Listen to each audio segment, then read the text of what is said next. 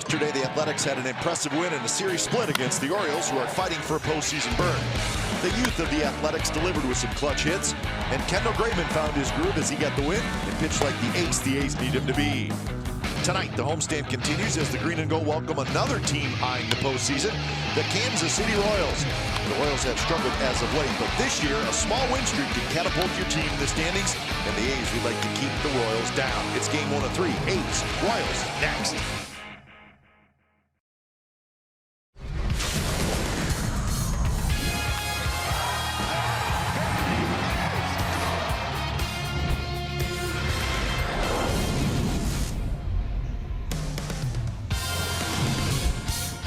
Well, Championship Plaza, people hanging out, having a good time. It is a cool, overcast evening here at the Coliseum as we get set for Game 1 of this 3-game series. Jarrell Cotton's going to take them out. It's the Oakland A's and the Kansas City Royals coming up on NBC Sports California, powered by Xfinity. Good evening, everybody. Welcome to Oakland A's Baseball, along with Mark Mulder. I'm Glenn Kuiper. Well, over the weekend, we saw a glimpse of the future for the Athletics, and the future looks bright. With corner infielders Matt Chapman and Matt Olson, and Mark, it's hard not to like what these two young guys have. They're big, strong power hitters. They both play good defense, and you saw some of that over the weekend. Well, they're both incredible athletes, first and foremost, and that's the thing I like the most. Both of them can hit for power. They can hit for average. Both seem to be getting more and more comfortable on this big stage. Both are making incredible adjustments, playing good defense, and the adjustments to me are the most impressive thing. They're only going to improve. You see them learn from the bad days. Matt Olson getting buried inside with fastballs the first couple games against the Orioles, turning on some fastballs in off the plate later as that series went on, and making some very smart defensive plays. Here's the double play. There was also another play where he followed the runner into second base to tag someone out. It's incredible to watch these young guys. Their baseball IQ keeps getting better. Now, the Kansas City Royals in town for this 3-game set. They come in 59 and 58. So another team that's hovering around the 500 mark, but still in this wild card hunt. And look at their records by month. They got off to a bad start, Mark, but in June and July, they really kicked it in, got themselves back in the race, but now they're struggling some. Yeah, they didn't make a whole lot of moves at the trading deadline. Salvador Perez now on the DL. That's a big blow for them when they're missing their captain there behind home plate, the catcher for them, the all-star. And this is a team that can make that move. They got a lot of talent, but the thing is, I'm just not sure they have enough pitching to get them there. All right, speaking of pitching, it'll be Jarrell Cotton and Jake Junis, a rookie right-hander for the Kansas City Royals. That is the pitching matchup in Game 1 of this 3-game set here at the Coliseum. We'll have lineups and first pitch when we come back. A's and Royals coming up.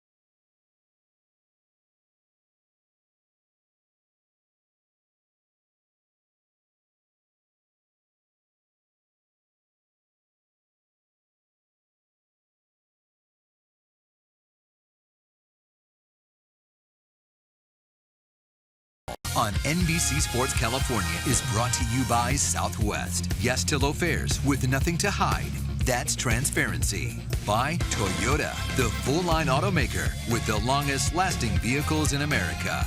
Toyota, let's go places. And by Jack in the Box. Come try the new $4.99 Smoky Jack Burger Combo with small fries and a small drink. Limited time only.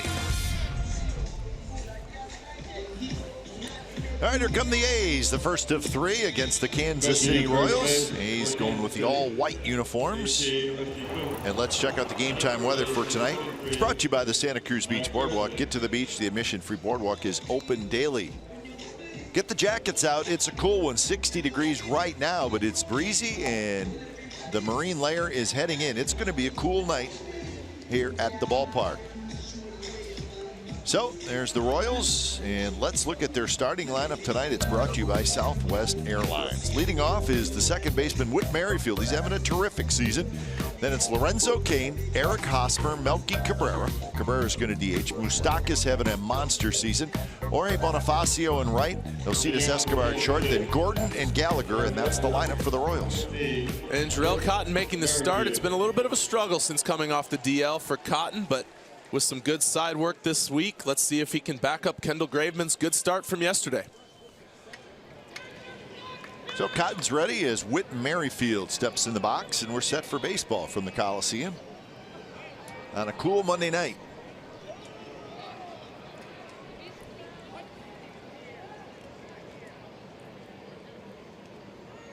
So Cotton deals the first pitch of the game, and it's a fastball that's a little bit inside. Jamal Cotton has the pant legs pulled down tonight. We see him with the pant legs pulled up quite often, but maybe trying to change his luck a little bit. So 2-0 the count. Umpires tonight. That's Will Little calling balls and strikes. Tim Timmons is at first. James Hoy at second, and the crew chief is Mark Wegner. He is at third.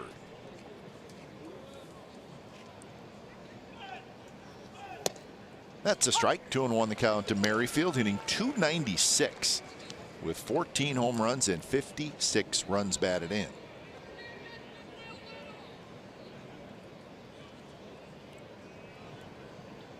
Settled in as the Royals leadoff man and having a very fine season.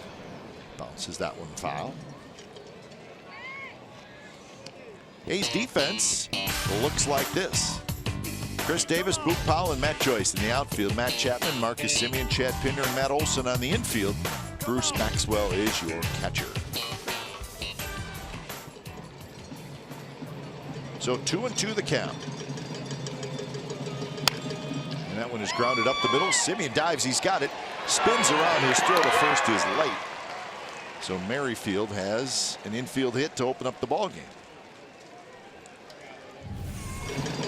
Change up. Semien, you can see, heads up the middle, makes a good dive, but with the speed of Merrifield, it's just too much. And Marcus doesn't have the time. Gets it right in the end of the webbing, spins, turns, and throws as quick as he can, but speed's just too much. You can watch the way he moves out of that box, picks it up and puts him down, and leadoff base hit. Exmo brought to you by Cache Creek Casino Resort, and here's Lorenzo Cain. Cain at .289 with 12 home runs.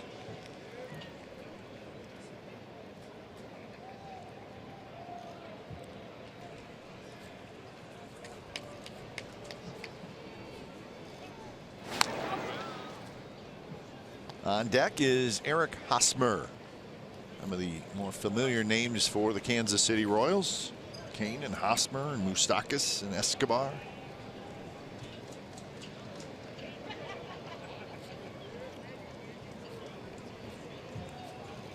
Runner goes.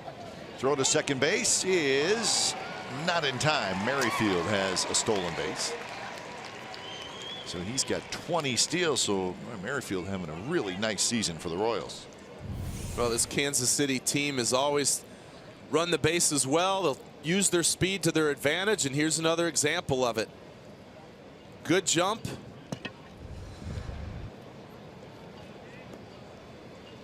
'69 steals now for the Royals this year. They're 6th in the American League in that category. So a runner in scoring position early for Kansas City.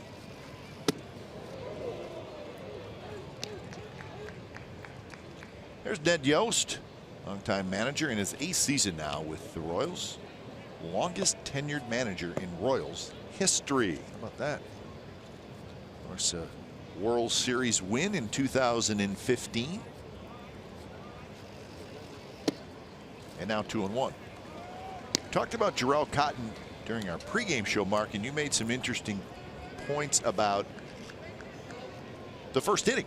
Yeah. What to throw in the first inning. And I've heard you talk about this before.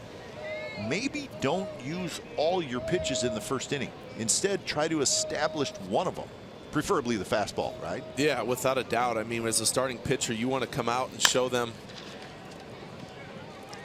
Chapman's got it. He fires, and they got him on a close play.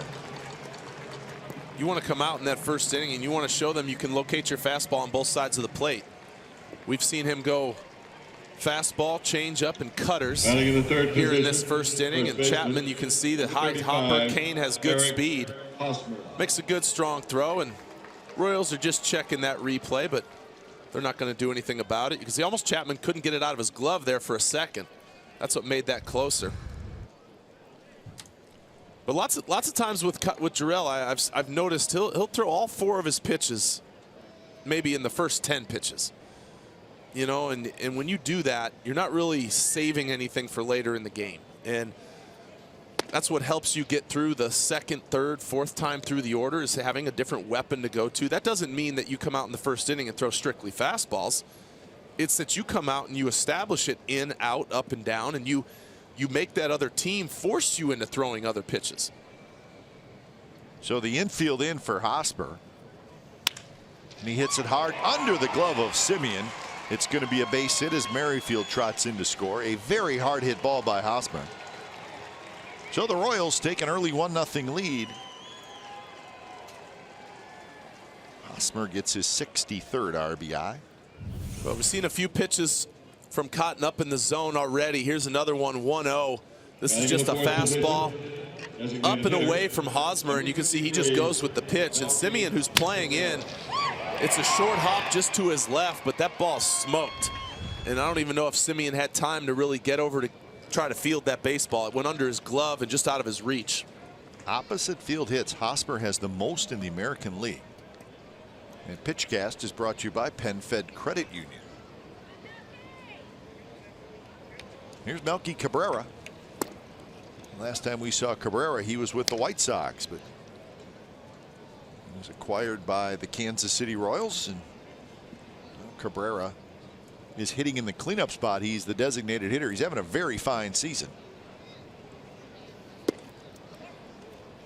Well, he's done a great job for the Royals since the trade. Not only offensively, he's been outstanding, but defensively, making a few good catches. I know I saw one last week where he went up against that right field wall, just in foul territory, to make a great catch. He's sitting on a 9-game hitting streak. He's tough out. Of course, normally you'd see Salvador Perez in that cleanup spot, but the Royals, who are trying to grab that second wild card, they are going to be playing without Salvador Perez for a little bit of time. That one cued left side. Chapman has it. Chapman flips to second for one, back to first, double play. So the Royals may want to check that. A close play at first. See if the A's did indeed turn the double play. Don Wakamatsu's gonna let us know, or maybe this replay will let us know. Well, as much as that ball's spinning, Chapman had to get a glove on that. Yeah, able to make a good turn. So 5-4-3 double play. The Royals get just the one, 1-0 after half an inning.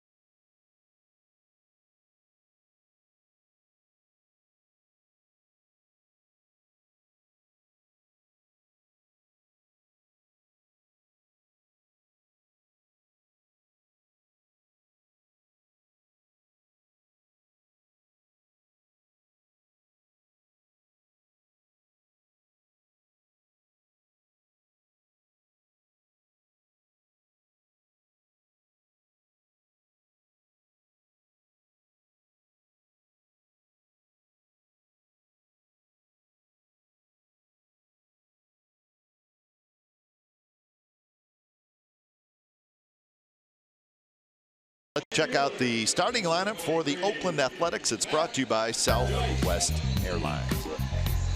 And here it is. Matt Joyce, who's stepping in the box right now. He's going to lead off. Then Simeon, Healy, Davis, Olson, Pinder, Chapman, Maxwell, and Powell. That's the A's lineup. And Jacob Junis starting for the Royals. Kind of been on that train up and down from AAA all season long. You see the 7 starts. This will be his 8th. Coming off his best start in Seattle. Junis, he's the first one in there for a strike to Matt Joyce. Sorry, he was at home against Seattle. 8 innings, 4 hits, 1 run in his last start. So trying to build off that. Joyce at 231, 16 home runs and 46 runs batted in.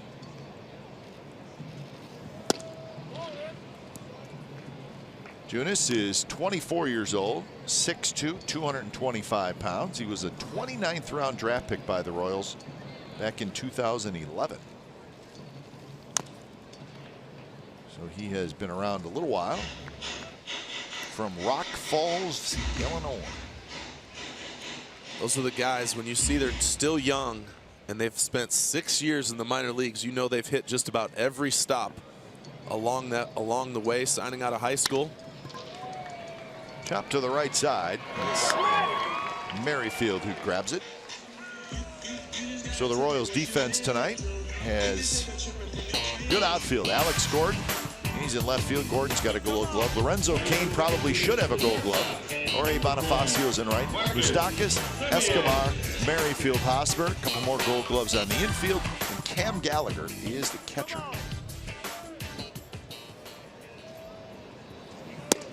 Interesting note on Cam Gallagher, the catcher, is that, of course, he's up with Salvador Perez being on the disabled list.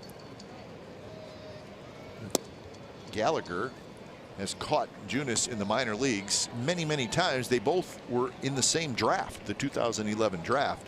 They've come up the system together. So not a bad thing to have for a rookie pitcher. At least he knows he'll probably be on the same page with the catcher. Yeah, you think about how many times they've probably thrown to each other, making all the different stops along the way over those 6 years. That can make a difference. Absolutely it can. Gallagher over there, and he's not going to quite get it. So we were talking about Salvador Perez being out, and this was on the 4th of August. And the swing, and that, folks, is an intercostal strain. And that'll hold you back for a little while. So they're hoping that maybe late August. High in the air, left center field. Gordon's back. Gordon's near the wall. Cain's near the wall, and it's off the top of the wall. Ball bounces back toward the infield, and Simeon's going to have a triple with 1 out.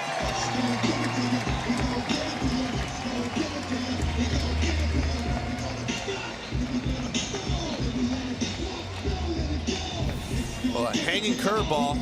You can see this one stays middle of the plate. Marcus able to stay back on this. 82 miles an hour, and this ball just kind of kept going.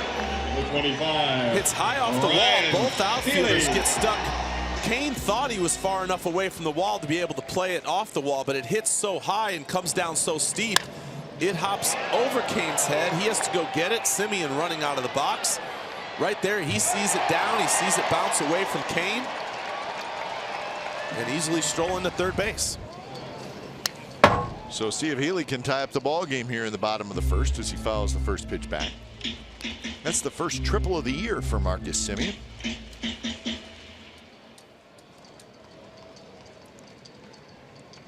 .21 homers, 64 RBIs for Healy. He is the designated hitter tonight. He was 4 for 13 in that series against the Baltimore Orioles. Bounces this one to third. Moustakas looked at home, and I thought he was going to come home, but he didn't. He went to first to get the out, and the run comes in to score. Think he had a play? I thought so. You can see how hard this ball is hit, and that's what made you think he was going to go for it. But I think because his momentum took him to the left, I think that's why he gave up on it, just because that turn and the throw makes that throw a little bit more difficult. And he just thought to himself, you know what, let's give up that run and get the out at first base. He definitely had time, though. So Healy gets RBI number 65, and the game is tied at 1. Chris Davis at 242 with 32 home runs and 83 RBIs.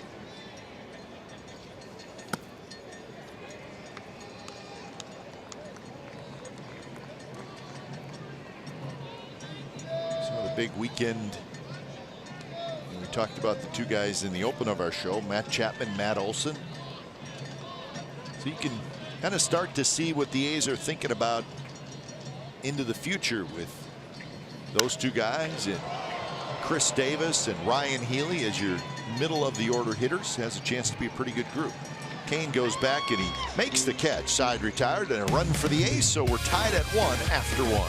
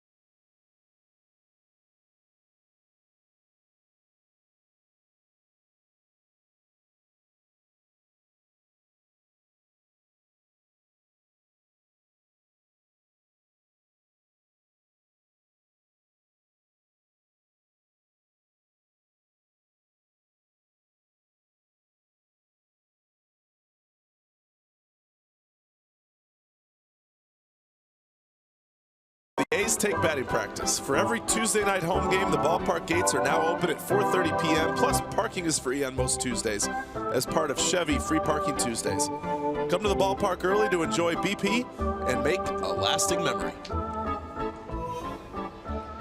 So second inning, Mike Moustakas to face Cotton.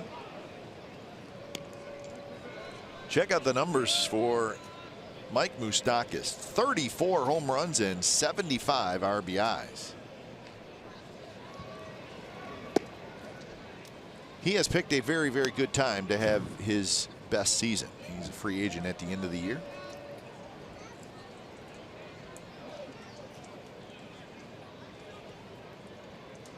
That, of course, is the elephant in the room for the Kansas City Royals. And it really has been for a while. There's the home run totals.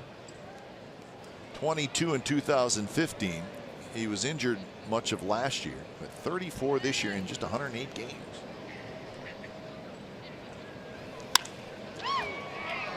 Shallow left field. Chris Davis is there. He's got it. 1 out. And for the first time tonight, let's check in with Angela. Well, guys, Fowler, Fagley, Triggs, Wall, and Smolinski are the 5 A's on the disabled list, which matches a season low. And with that, I have a little injury update for you. Jake Smolinski, who has been out all season with shoulder surgery, is currently on a rehab assignment in Stockton. He went 5 for 5 with 5 RBIs and was a triple short of the cycle last night. And the plan for Josh Fagley, who's been out since July 25th with a strained left oblique, is to travel tomorrow to Nashville and play on Wednesday. And I did see Andrew Triggs in the clubhouse earlier, and he was off crutches. Guys, back to you. All right. So it's good when the disabled list starts to shrink a little bit. Smolinski 5 for 5, huh?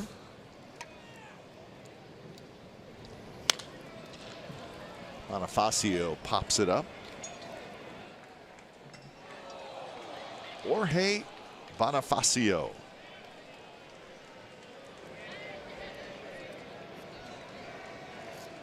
Yeah, there's a Packer fan for you. Getting a little worked up. So you think maybe he just wanted to wear green and gold to the game and was like, ah, you know what, this is good enough. Don't have any A's stuff. Oh, he's got an A's hat. Yeah. Got to be careful for those Packer fans.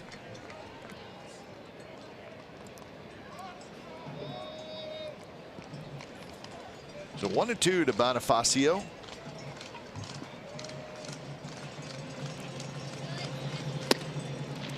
So that's the changeup that was quite high. Well, and you can tell from Cotton, there's right now he's either making a very good pitch or he's kind of missing by a lot. There hasn't been an in-between here in this first inning and a third. That was a better one, 78 miles an hour, near the strike zone. Jerome Cotton, his best start this year was against these Kansas City Royals way back on the 10th of April, and it was the home opener in Kansas City. And he was nasty. Yeah, he was filthy in that start. You can see these changeups.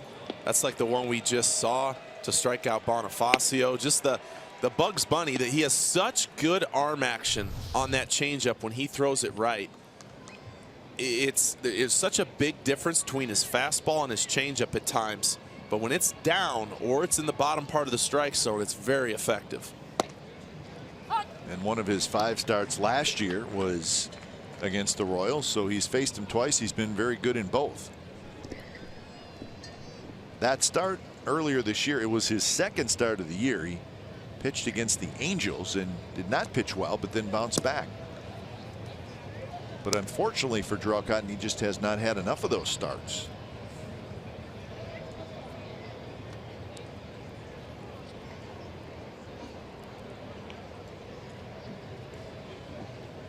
One and one the count to Alcides Escobar.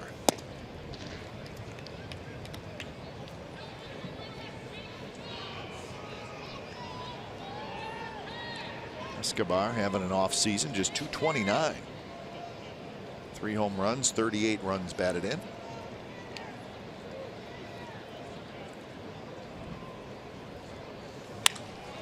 This one is lined into left field, the base hit. 2-out single for Escobar, and that's 3 hits for the Royals. Well, Jarrell goes back to that cutter. He threw it the pitch before, and it just ran off the plate for a ball. This one just didn't quite have that same movement. Alex. You can see his fingers coming off the side. It just stays straight. Not that late movement away that you'd like to see, to where you get that ball towards the end of the bat. So here's Alex Gordon. And Gordon rips one to right center field for a hit. Escobar, now he hesitates. Now he's going to try for third, and the throw is just late. I don't know what Escobar was doing. He really wasn't running hard to second base, and then he went around second, and then he took off for third. I did not see Matt Joyce juggle the ball at all. He had a little bobble. And Kipe, you'll see this. He had a little bit of a bobble, but gloved it and comes up throwing. And that's why right there you'll see it pop. It hits the heel of his glove, but then he catches it, and that's what made Escobar go. And he's lucky he made it, because like you said, he was not hustling. He was not hustling at all. You can see him pulling up. He sees the bobble and still able to make it to third. So runners at the corners for Cam Gallagher. Gallagher is the catcher. 1 hit in 7 at-bats at the big league level.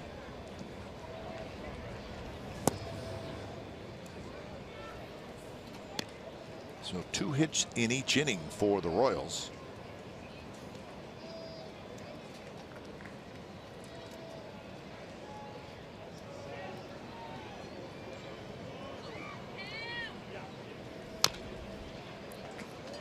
So now 1-2 the count. Cotton trying to get out of this second inning jam.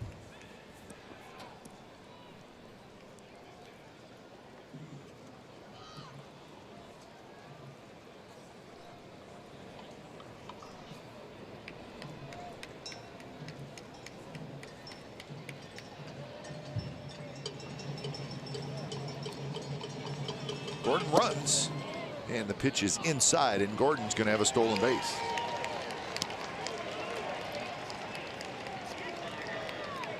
So second stolen base in the game for the Royals. Gordon gets a decent jump. You can see Cotton going with the slide step. And that's all right. That's all right that he steals right there. For Cotton, you just got to get this hitter. Make one pitch. You got a 2-2 count. Doesn't matter whether it's first and third or second and third. You make your pitch right here and you head into the dugout. Maxwell sets up inside, and the pitch misses on the other side of the plate, so 3-2.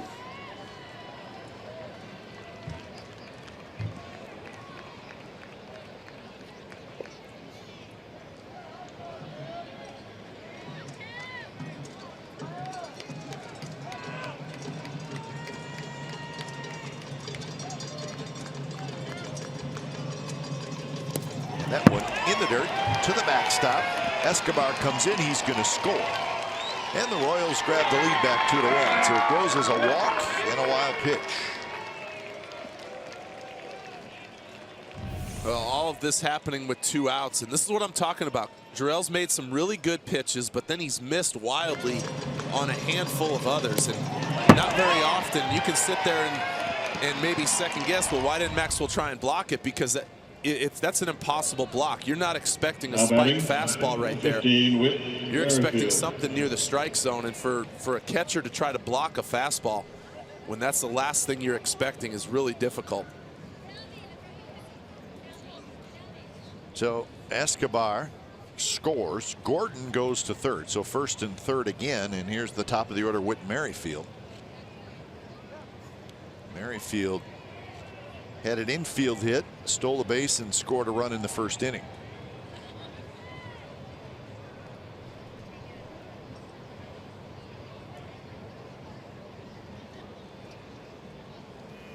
First pitch is a strike on the inside corner, 91 miles an hour.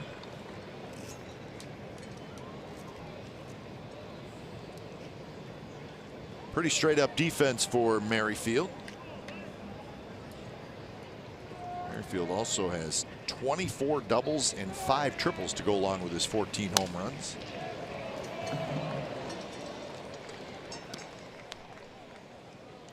So runners in scoring position against Jarrell Cotton. The league is hitting .315. So that's been an issue. Can't get off the field. Well, and like I said, that's one of those stats where, especially with 2 outs, you can't let the hitters, can't let the base runners get to you. You got to focus on your job of just making good pitches.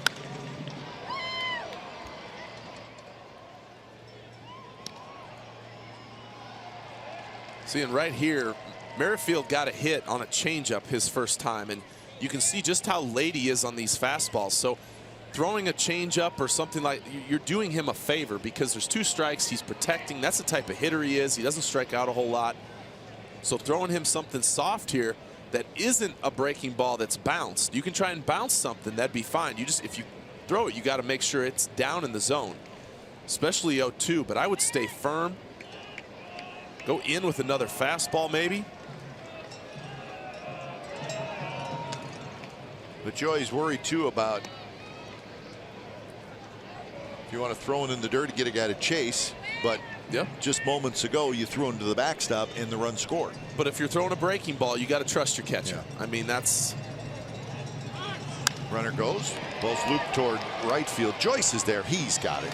Side retired. A run on 2 hits for the Royals. So bottom of the second coming up. Royals 2, A's 1.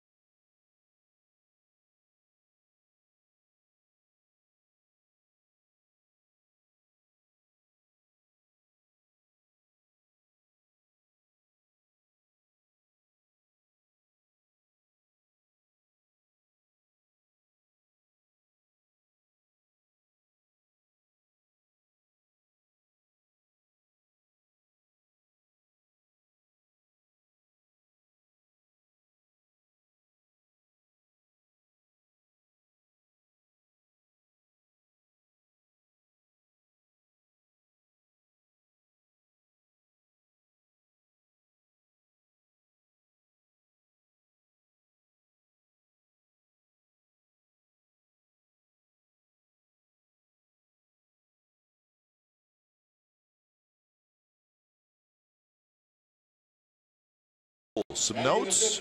Andrew Miller could return to the Indians as early as Friday, and the Indians are starting to heat up again. They won again tonight. They've won 4 in a row. Players of the week, Eddie Rosario and Giancarlo Stanton. No surprise there. Stanton hit another home run tonight. He's got 43. And Chris Sale, can he reach 300 strikeouts? He's got time to do it. He's sitting at 241. 300 strikeouts. That's a pretty good goal. Do not see that very often anymore in the big leagues. If he stays healthy, I don't see why he wouldn't easily reach that. Yeah, 7 weeks. I mean, 8 or 9 starts. Oh, at least. Probably a little bit more than that. Yeah. I mean, for him, that's just, shoot, 7, 8 strikeouts a start? Yeah, that's nothing. If he made 10 more starts, so he'd need 60. Yep. Yeah, he can do that. 1-1 to Matt Olson. Pinder to follow, and then Chapman.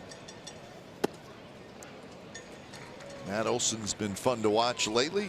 He's homered in 3 consecutive games.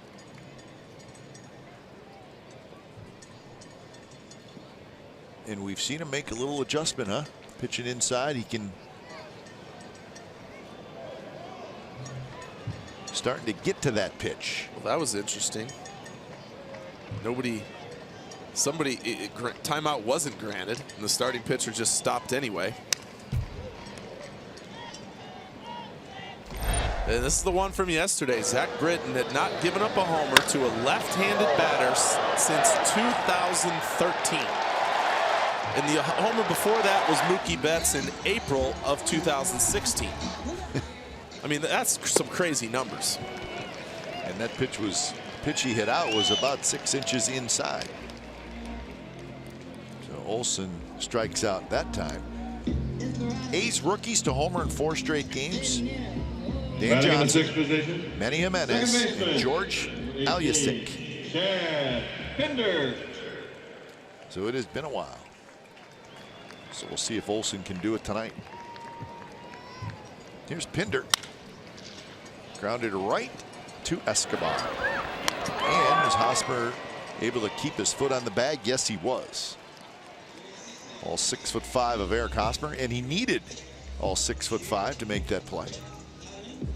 Batting in the 7th position, third baseman. Well, having a first baseman this good sure does save your team a few errors here or there.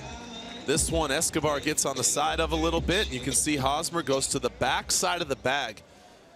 You see more and more first basemen do that. It just lets that ball travel a little further, lets them stretch a little further. If he stretches towards the mound to get that ball might be a little too high and maybe he can't reach it. So 2 away for Chapman. 8 home runs, 22 RBIs for Chapman. Playing in his 41st game tonight. Had a homer and a couple of doubles. His home run was yesterday. Homer and a couple of doubles in that series against Baltimore. Bonifacio, he's got it, and Jake Junis needed just 9 pitches to get through the 2nd inning. 3rd inning coming up, 2-1 Kansas City.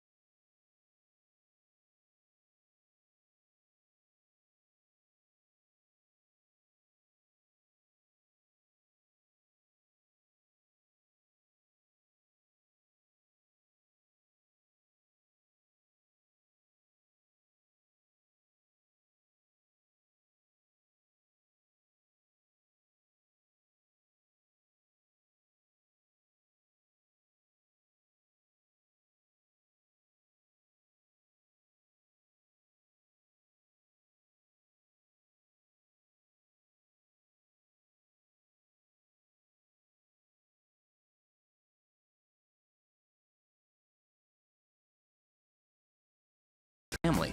New to 2018, membership levels. Introducing our white, green, gold, and platinum member levels. Just pick your seat and package to unlock exclusive benefits. Get even more of what you love when you lock in early. Now is the time. Join us as we celebrate our history and build our future. All right, interesting stuff coming from the A's today, and we're joined by the A's Chief Operating Officer, Chris Giles, and we have you on because of what we just heard. So we're talking about season tickets for next year, but we're also talking about the future of season tickets for A's holders, whether you have them, you have had them, or you want to get them. So tell us about the big announcement today. Sure. I mean, we're rolling out a brand new membership program for the 2018 season, really highlighted by some really cool experiences that we've never offered before, really trying to get our fans closer to the action, more engaged with the team, and really excited about it. So it sounds like you want to show the fans that have been season ticket holders for a long time, show them some gratitude. And it's also, you want to make it attractive for people to want to buy season ticket holders who maybe don't have season tickets yet. That's exactly right. I mean, our goal is no one goes backwards. So we really took the baseline of benefits that we were delivering last year and built upon that. We've got 4 different membership levels, and the benefits really kind of go up from that baseline of what we started with. So the membership levels, are they different on what type of seats you buy or how many seats you buy? How does that? Or is it length of time you've had season tickets? Like what's the difference between? I'm just going to hire you guys. You guys got all 3. I mean, that's exactly how we did it. So it's where you sit, how many games, and kind of what package you got. And then, we also wanted to take care of the folks that have been loyal season ticket members for a long time. So those folks, they got an automatic upgrade from whatever level they would have got based on the combination of their package and their seat location. They got a free upgrade. So if let's say I'm a gold member, and I want to become a platinum member. So I need to say, all right, well, I need to buy a larger season ticket package? Is that basically how you would go to the next level? Yeah, you can either upgrade the seat, or you can, let's say if you're a gold member and you were in a half season plan, you can move to a full season plan. Okay. So explain this to us a little bit. Oh gosh, this is really the matrix here. So you've got your seating areas here. On the row heading, you got the package that you selected on the column heading, and then you've got the levels of membership here: the platinum, gold, green, and white. And how unique is this? I mean, is this used? Other teams using this, or is it just something you felt like, hey, we need to do this to get up to speed on everything, because that's where we want to head as an organization? Yeah, I mean, at a high level, we just felt like we just had to take better care of our season ticket members. We had to take it from being a collection of, seats to a game to really kind of a member, experience. Mm-hmm. So you'd like to, as best you can, it seems like you'd almost like to break it down to each individual season ticket holder, right? Where they feel like they're being taken care of. Yeah, that's utopia. That optionality that you speak of in the experiences that are included with your package. We didn't say, Glenn, you're a platinum member, you get this experience. We said, hey, you get this selection of all of the different experiences. Okay. I saw on here you can get into the stadium early. Mm-hmm. Is that going to be like a 4:30 type thing, like we've been doing on Tuesdays? Yeah, it's a half an hour early to every single game. So you can come in, catch the tail end of batting practice. If you want to go up to Shide Park Tavern and grab yourself a table. We just wanted to make sure that the season ticket members got access to the stadium so they could have that exclusive time period. Yeah, and I'm also looking at some of the other things. No game restrictions on ticket exchanges. And ticket exchanges is a big deal when it comes to season tickets, right? Especially for baseball, where you're buying 81 games and you may not be able to go to all 81. So the ticket exchange is always a big deal. Yeah, I mean, we're getting a little bit into the nuances here, but what we called our gold games in prior years, which are the top kind of 5-6 games of the year, those were always carved out. You could exchange, accept those games. And so what we really want to do is say, look, if you're willing to commit to us, we're going to make this experience as best as possible. So make it a little easier for everybody. Exactly. Runner on first with 2 outs here in the top of the third. Talking to the A's Chief Operating Officer, Chris Giles. How long has it been? couple months now with the A's? Are things slowing down for you a little bit? Not slowing down at all. I think we're going on a solid Speeding month up. now. The more I learn, the more we got to do. Joyce backs up near the warning track. He's got it side retired. Chris, can you stick around another half inning? We're going to talk a little bit more about this. Anything for you guys. All right. We'll be back. Royals leading 2-1 as we head to the bottom of the third.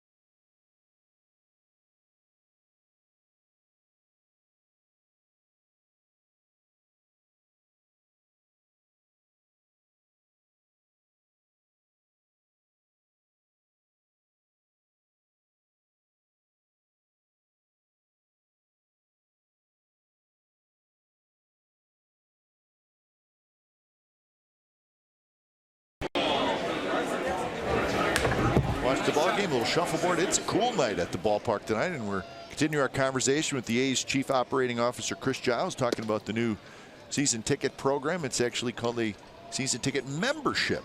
Exactly. We get to make sure we get that right. But so all these benefits, and another one of the benefits is the discounts at the concession stands, which really, if you think about baseball and the amount of games that's played, that's a big deal. Sitting down at the ballpark and having something to eat is a big part of coming to a baseball game, right? Yeah, this came directly out of our our outreach to fans. I mean, between David Cavill and myself, we've had lots of conversations with fans, and we heard loud and clear from our members that we're coming here 81 games. I mean, help us out on the concessions a little bit. So that's something we definitely wanted to deliver. We've got a tiered concession discount. Based on your level, you get a little higher as you move up the level as well. So these meetings that you guys have had with fans, I would think it's very interesting. A lot of things that you can learn from the fans, and is there things that have caught you off guard, like, wow, you know what? That's a good idea. We never thought about that. Because our fans are they're not afraid to speak their mind about what they would like. Yeah, I would stop short of saying caught off guard. I mean, month one, like everything's new. We just keep peeling back the onion. I mean, just little things like, hey, can you get some hot dog vendors to come up and down the aisles? I mean, it seems pretty basic. When we got here, it wasn't happening, so we got that done for them. Yeah, we show our guys all the time. Yeah. They're having a good time. So I see on here one of the levels you can do batting practice on the field. If you need someone to throw BP to these people, I can do that because I'm really good at 8 to 10-year-olds. I do a lot of that at home, so my BP's on point right now. I think they'd like that. We might be able to create a new tier just for the Mulder BP. That's right. You get to face an all-star Mark Mulder. Sounds like a lot of fun. Nice catch at the wall by Lorenzo Cain. Boog Powell thought maybe he hit one out, but Cain, who's terrific in center field, tracked it down. Well, Powell smokes this ball, and Cain playing in the left center field gap. You can see just how far he has to go. He kind of gives it a little bit of a long jump right here. He's not quite sure where that wall is, but extends and makes a great catch. There's a reason he's a Gold Glover. So that's the second out here in the third inning. Or should be a Gold Glover. Should be a Gold Glover, yeah. But Chris, next year the A's will celebrate 50 years here in Oakland, and I know that's a big deal. We're going to have a lot of fun with that. But tell us some of the main things that we can look forward to. Yeah, we're going to be celebrating each of the different eras of the A's. We're going to dedicate a month to each of them. We're going to do a special celebration on the actual 50th anniversary that we'll be announcing in short order here. So you doing anything in the big three? Mulder, Hudson, Zito? Remember those guys? I think we may be able to, you know, spend an inning or two, maybe. Or at least 30 seconds, you know, on each guy. 30 seconds on each guy.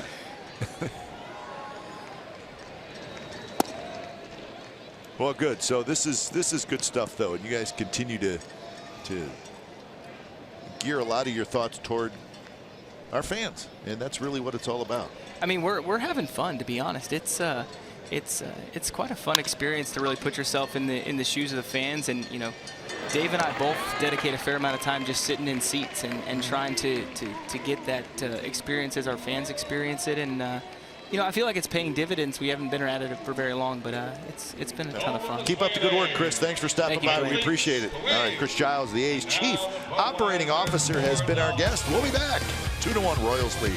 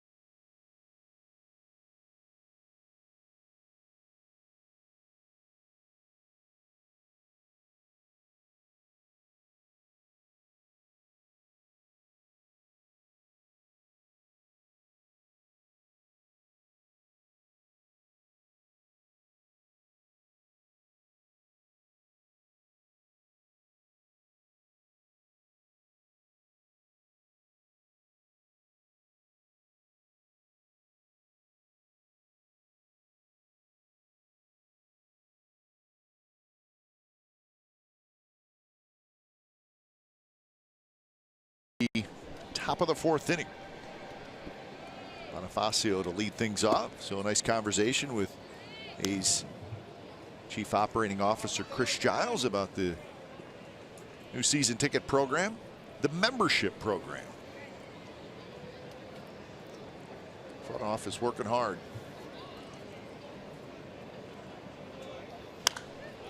This one has popped up. It's going to reach the seats. Big bounce. A lot of Royals fans sitting right behind their dugout. Boy, nobody even reached for that pop-up. Yeah, they were a little would worried have about liked that to one. have seen a little more effort there. They just all ducked. It hit off the cement and bounced right to her. Too cold.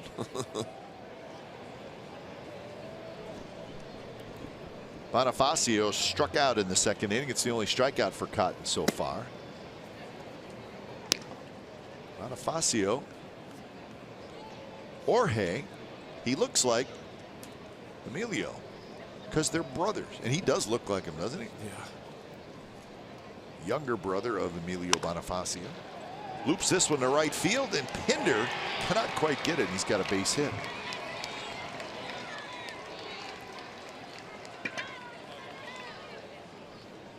So break this down. Jarrell Cotton, home, road, night, day. So he's been a little bit better on the road during the day. The problem with that is we're at home during the night. There's not a whole lot of day road games that you can just pitch them on those. No, you would be. Now that doesn't mean that things can't change tonight. You know, lots of times those numbers, they don't mean a whole lot, to be honest with you. It's just some nights you had it, sometimes you don't. It's purely a coincidence. Escobar tries to bunt and he missed it. And honestly, it kind of stinks for the pitcher when you maybe see those stats, because then you start going, oh, all right, I'm terrible at night. All right, I need to fix that. We start looking at the schedule. Yeah, absolutely. I mean, if Jarrell Cotton looks at those numbers, he's thinking, man, I love those road day starts. But you're right, there's just not very many. 0-2 the count to Escobar. Gordon to foul. Royals with a single run in the first and a single run in the second.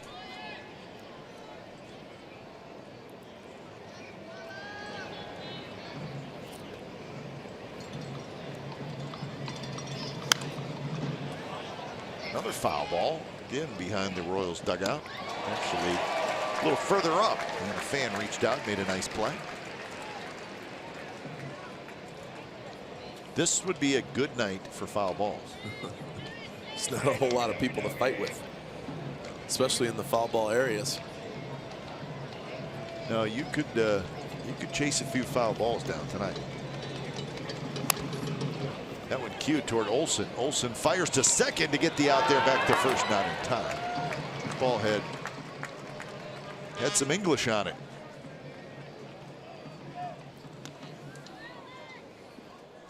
Well, that's the second time we've seen one off the end of the bat here. First one from Bonifacio, both on changeups, and that tells you how good Cotton's changeup is. When you're that far out in front, you just cue it off the end of the bat. And another good job by Olsen, just getting to that quickly and making that decision to turn and throw to second. Not only making the turn, but you got to make a good throw.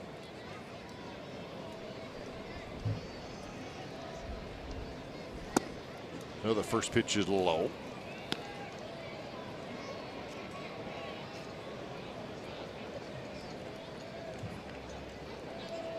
Alex Gordon had a base hit to right field in his first at bat.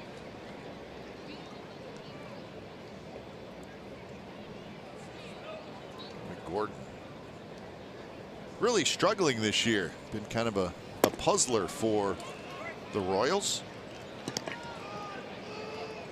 Coming in hitting under 200.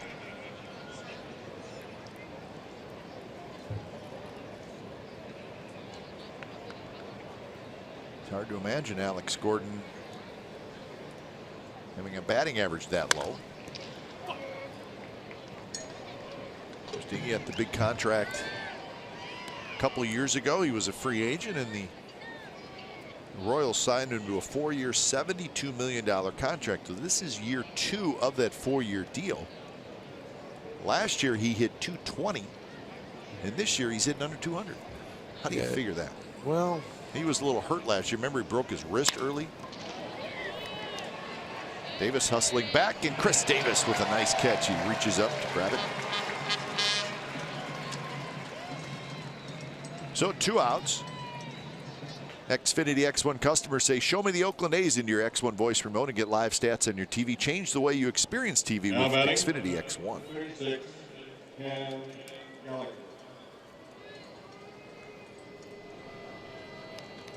So here's Cam Gallagher.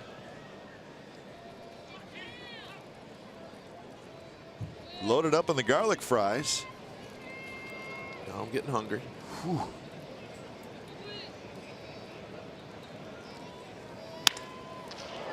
Past Cotton, but right to Pinder, and the side is retired. So a hit, nothing else, and we're headed to the bottom of the 4th. Royals 2, A's 1.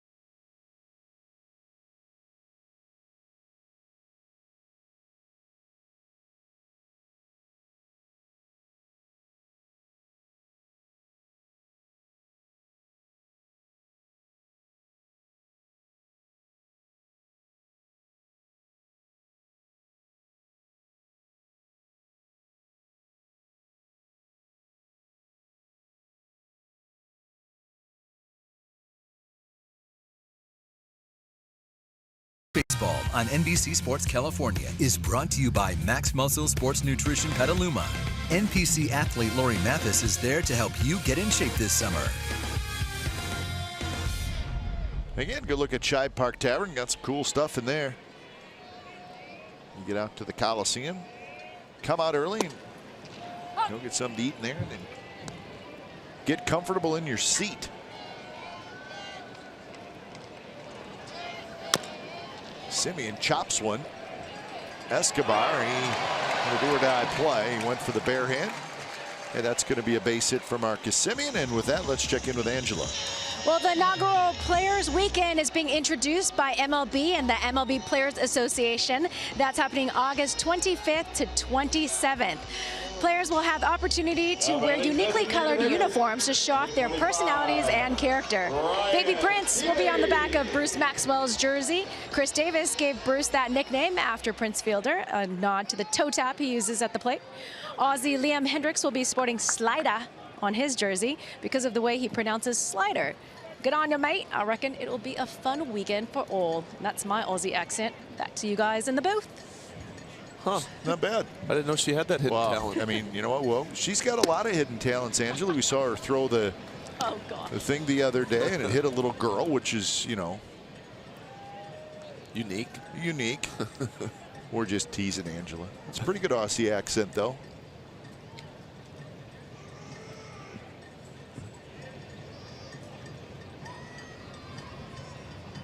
So the A's with a leadoff man aboard here in the bottom of the fourth. I mean, we're just saying, Mark. Try my hand at these special goggles. And this was the other day. And wow, it was a nice catch by the little girl. Yeah. Yeah, it was the goggles. Definitely the goggles. The video will live on forever.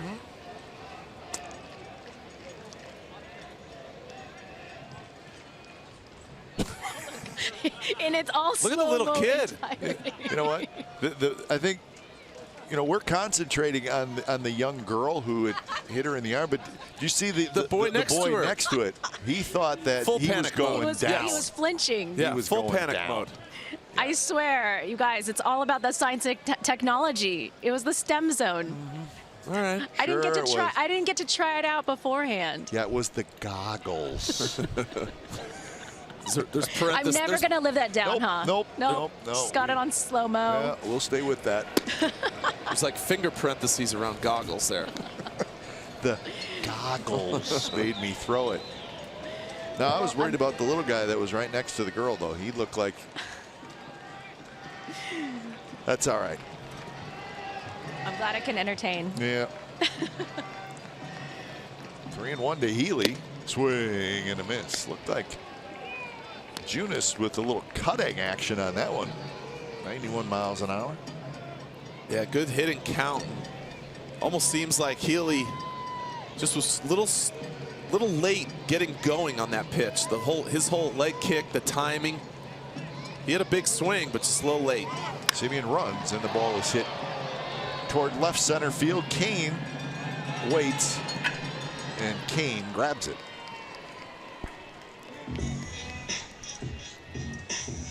So that's out number one.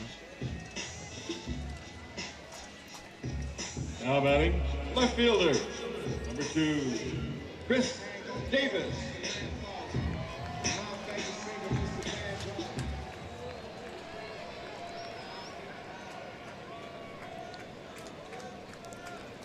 So here's Chris Davis. One away here in the fourth.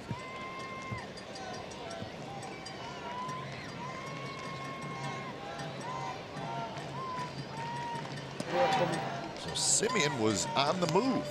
The pitch to Healy.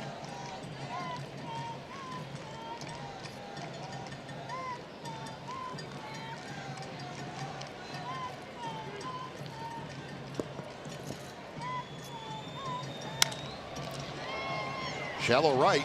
Bonifacio hustling in, and he's got it. Well, that's the second out. So Junis gets a couple of big hitters in Healy and Davis, and now he'll face Matt Olson.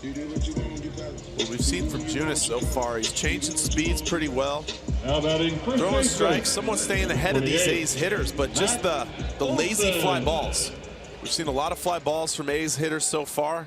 Guys catching it just a little towards the end of the bat, just underneath a little bit of everything.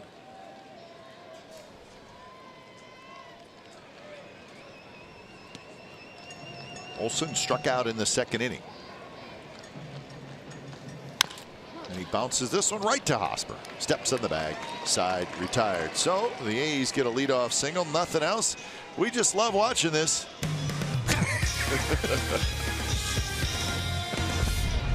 Dallas Brady here.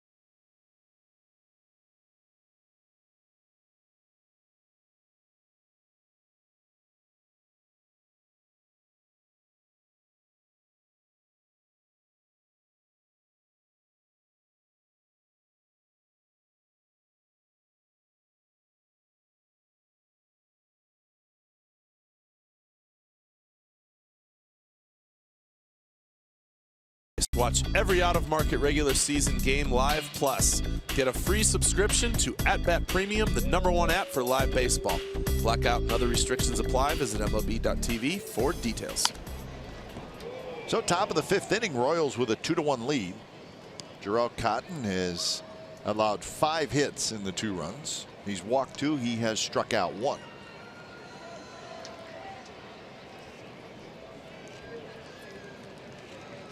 Merrifield led off the game with an infield hit, and he later scored in that inning.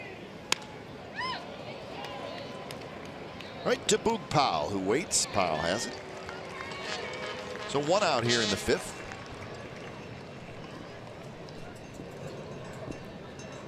Jarrell Cotton has not had a 3-up, 3-down inning yet, but he has pitched pretty well after giving up the single run in the first and then a single run in the second. It's a pretty good Royals lineup. They maybe haven't been quite as good offensively this year as they had hoped, but a lot of good veteran hitters. Royals are 10th in the league in runs scored, which is a bit surprising. They're 8th in the league in home runs.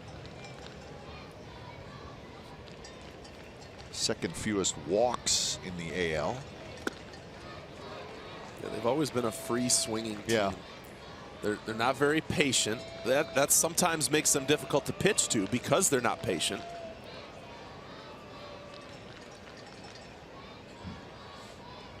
See the home runs, 147, so they have a chance at the Royals all-time home run record for a season for a team. They've never really been a big home run hitting team, even going back to their great teams in the 70s.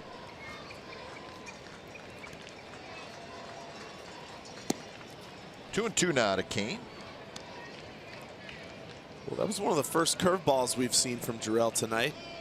He's kind of stayed away from that pitch a little bit. Mostly fastball, changeup, and cutter. More action for Boog Powell, who moves to his right. So that's 2 outs here in the 5th inning. And here's Eric Hosmer. Hosmer had the RBI hit in the first inning and then a fly ball to center field in the third.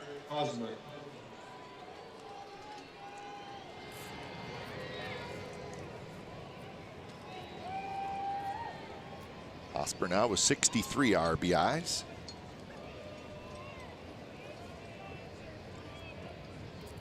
He's 5th in the league in batting average at .313.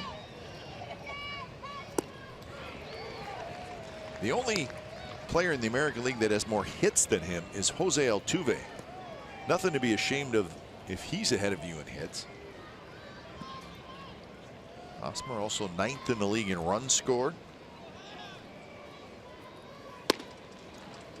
Pretty good player, Eric Hosmer. Well, we showed that stat earlier, how many opposite field hits he has this year, and that's what makes him so tough. Is he can go the other way with the best of them and driving the ball the other way, not just. Yeah, he's not slapping it the other way. No, he's that guy that hits those doubles off the left center field wall. He can hit home runs, don't get me wrong, but he's more of a doubles type guy. There's a good cutter from Cotton down under his hands. And last year was his career high in home runs. He hit 25. But I agree. I think you still categorize him as just a gap-to-gap guy. Yeah, absolutely. He has power. Fastball away from Cotton. Hosmer was looking in. You could see him cheating right there. He gave up on that pretty quickly. It was just off the plate. 2015, when the Royals won the World Series, Hosmer hit 18 home runs. What a big part of that playoff run he was.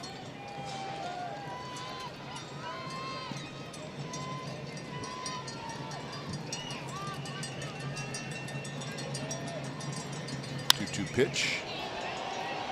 Right center, Powell hustling back. Warning track. 2 steps onto the warning track, and Boog Powell gets his sprints in, and it's a 3-up, 3-down inning for Jarrell Cotton.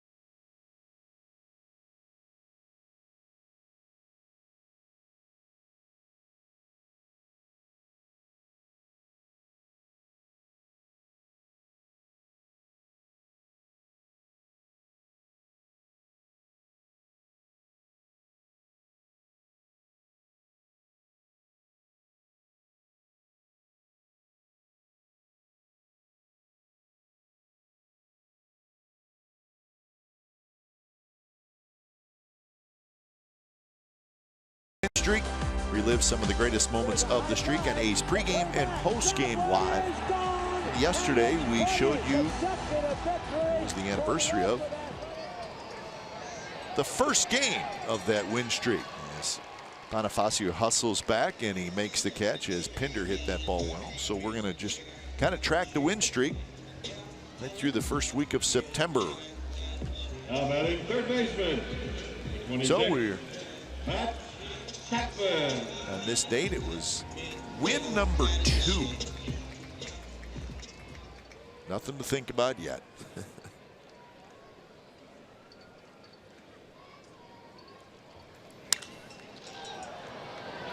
More action for Lorenzo Cain. He's going to have just enough room, and he makes the catch. So 2 quick outs. So this is some of the highlights from win number 2 of the 20-game win streak. Eric Chavez going the other way. How about that? Charlie had some stupid opposite field pop at times, man. Just flick it out to left field. Young Tim Hudson, nasty stuff. He was great that day. He got the win, and the A's won 4-2 over the Toronto Blue Jays. First pitch to Maxwell. Got jammed a little bit, loops it foul down the third baseline. Think about this. We've had 17 flyouts between the 2 teams in not quite 5 full innings. That's pretty incredible.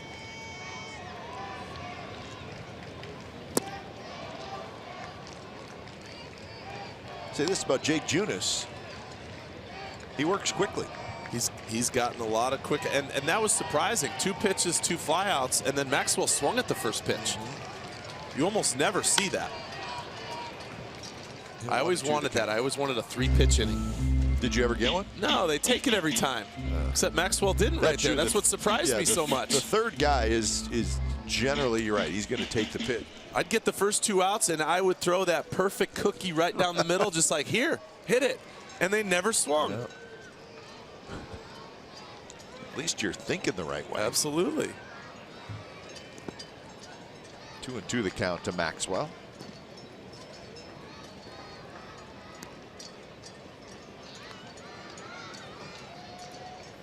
Maxwell, it went into foul territory down the left field line that Gordon caught. That was back in the 3rd inning.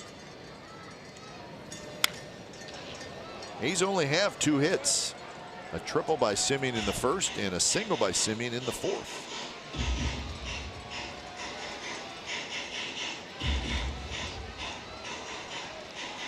Low pitch count for Jake Junis.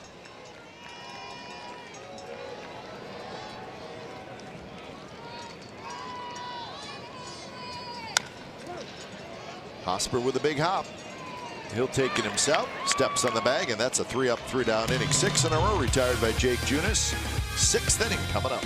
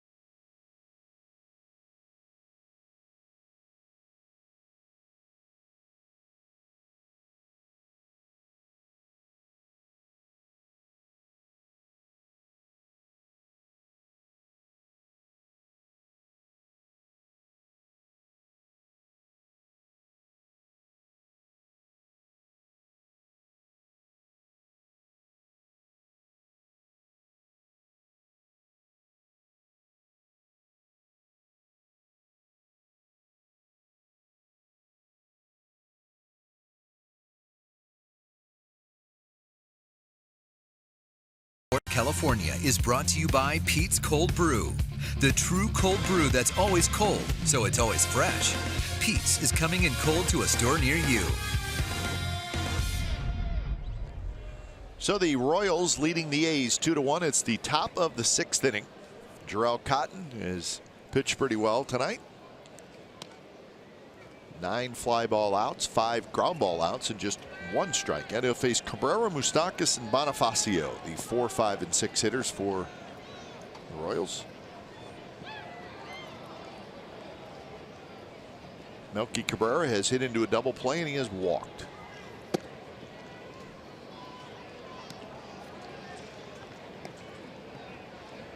Royals with 5 hits in the game.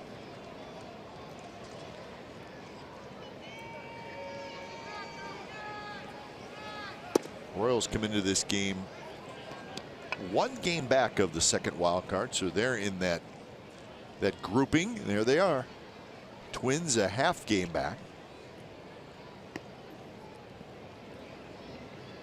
Mariners 2 back. The Angels are the second wild card team. Trevor Cahill, Brandon Moss. Trevor Cahill just came over in a trade. Boss, free agent signing in the offseason. And it's a leadoff walk. Yeah, you know, you throw Jason Hamill in there. They all wore the green and gold for different lengths of time. Maybe they're sitting by each other on purpose. Yeah, I'm talking about the good old days. So here's Mike Moustakas.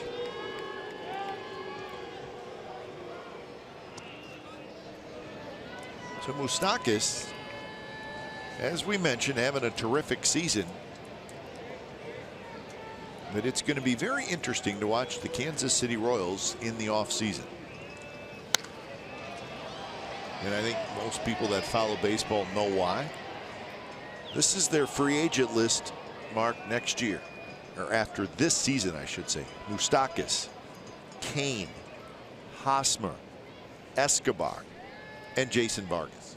And Vargas is having a terrific season, but the 4 core guys, Kane, Moustakas, Hosmer, Escobar, have been around a long time. They've had a lot of success. Yep. There's no way the Royals are going to sign them all. We don't know if they're going to sign any of them. That to me is what's going to be interesting, because Escobar obviously is having a down year. Moustakas and Hosmer having very good years. Kane, he's kind of having the year that he kind of always has. He's very consistent. Yep. Moustakas lines one into center field. So what you're saying is you have to try to sign one of them or 2 of them, but I think too you also say, okay, do we have somebody in the minor leagues to replace one of these guys if we don't sign them? And here's another cutter up over the middle part of the plate that Moustakas is all over, driving it back up the middle. That's the biggest thing. You look at it and go, okay, and the Royals, obviously, they generally do not sign free agents. No. They don't exactly do that, so they're not going to overpay for any of these guys. But if you are going to pay for one, they got to look at it and go, okay, who's going to give us the most over the next few years? Yep. And that's going to be the tough decision for them. That is a tough call. And 2, I mean, you never know how organizations are. They may say, wait, we had this situation with Alex Gordon and we paid him, and now he's struggling. Yep. It's not a good sign. Well, because that's not what the fans want to see. Yeah. So I don't know what the Royals are going to do. They've known that this was going to happen, but they've played it out, and they still have a decent chance to get into the postseason this year. And well, 2 months ago they were struggling. And it was all okay. Fire sale in Kansas City. And they could have traded all of those guys we mentioned and got a nice return for. And then all of a sudden they turned things around and got themselves in contention and got rid of none of them. So now you're stuck going to free agency and possibly losing all of them. But you're going to have someone like Salvador Perez, who is a foundation of your team. They have him signed for multiple years. You can't just put a nobody team around him. Right. And Gordon. You still have pretty good players. You just have to hope that you have more coming up in the minor leagues and they're close to contributing. But Hosmer, he'll be tough to replace. Moustakas. But this group has had a lot of success. They go to the World Series in 2014 and lose, and then bounce back and win it in 2015. And that alone Says a lot about how good these Royals teams have been the last 3-4 years.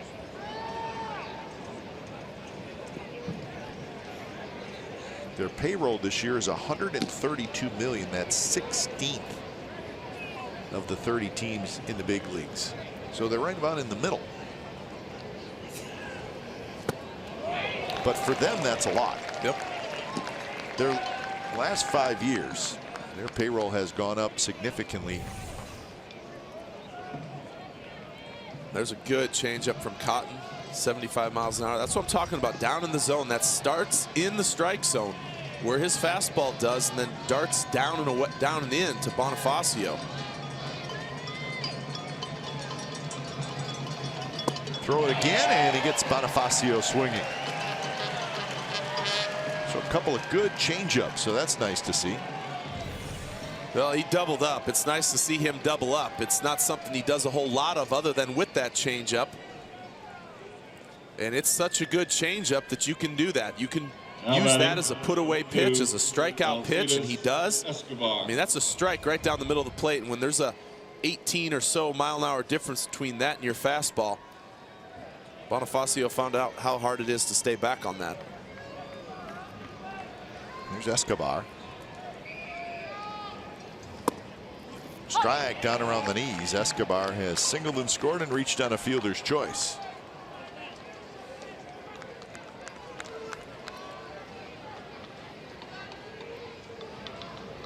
Cabrera at second, Moustakas at first.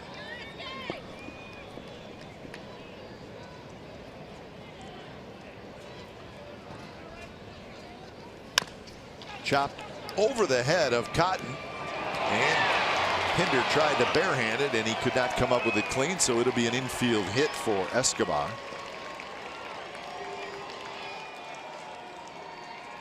So the bases are going to be loaded. Well, this ends up in almost no man's land. It almost would have been interesting had Marcus tried to tell Pinder to let it go. Simeon could have just stood there on the bag and tried to field it and keep his foot on the bag just to get a force out, because Pinder would have had to have just made an incredible play to get an out at first base alone, but to barehand that is a very difficult play.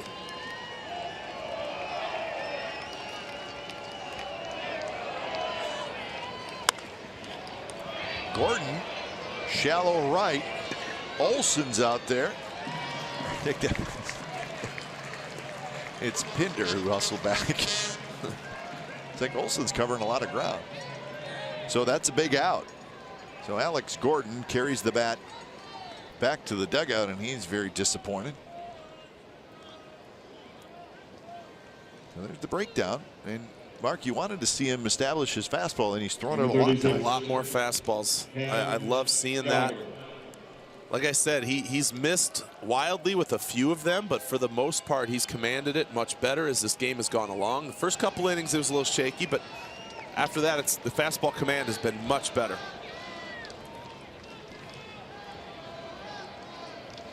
So now he's got to get Cam Gallagher. This is a big point in the game with the Royals lead just 2-1.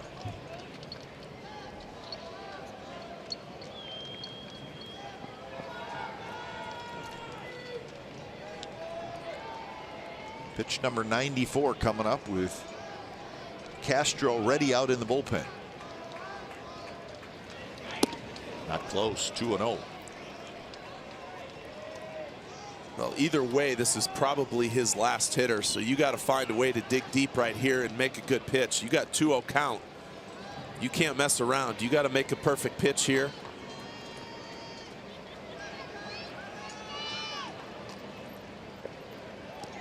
Well, if there's ever a time to be on the same page with your catcher, that would be right now.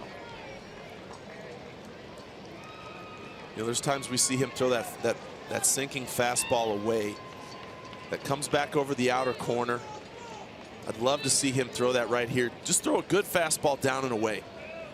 Make Gallagher try to beat you the other way. You throw a good sinker down, he's going to get that ground ball he wants. And that one just missed. He made a pretty good pitch, maybe a little bit low, and now it's 3-0. Like I said, this is a good fastball down and away. It didn't have to be a ball, but now you're in a tough spot.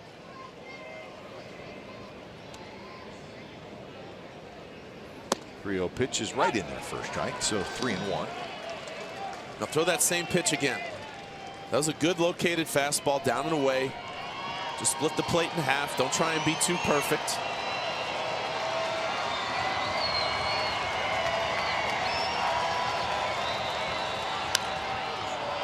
High pop up, and it's going to head back into the seats. Gallagher, he may have helped Cotton there. It was a pitch that looked like it was up a little bit. Yeah, but as the hitter, when you have the bases loaded, you see a pitch up, your eyes light up. You know, you're trying to do some damage. You got a 3-1 count.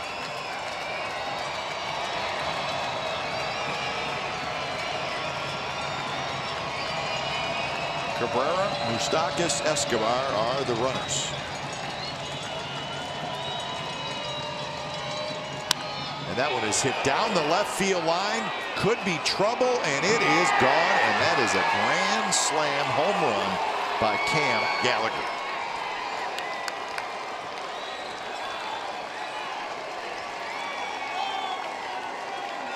So the Royals get the big blow, a grand slam. And his first big league home run, and it's a grand slam, and it's a game changer.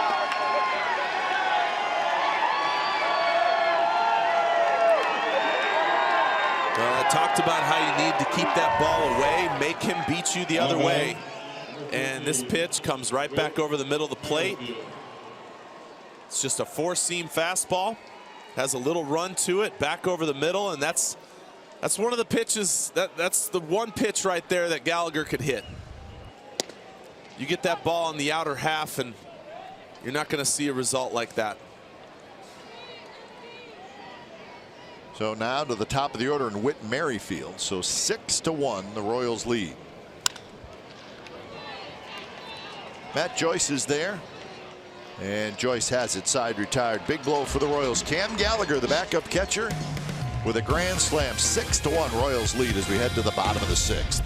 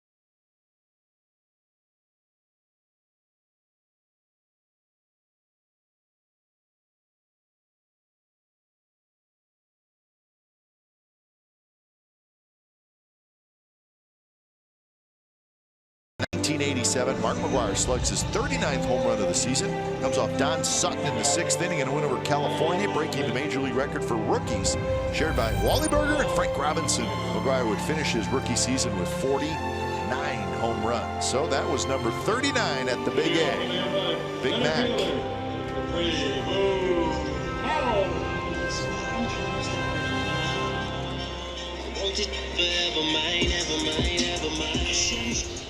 There it is.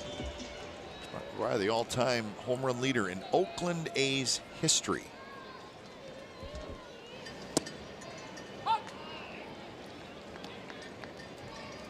Reggie second, Canseco, your good friend Eric Chavez fourth with 230. How's Xavi doing? He's good. Good. He's doing working very with well. the Angels, right? Yeah, he's doing some scouting stuff, some front office type work. We still play plenty of golf. Now, does he live in Arizona? Yeah. Part of the year. When the kids are in school, let's put it that way. Boog Powell drops one into left field for a base hit. So Powell has a leadoff single here in the bottom of the 6th inning. So hit number 3 for the A's. That breaks a stretch of 6 consecutive hitters retired by Jake Junis, who has just kind of been rolling along. Pitch count is good.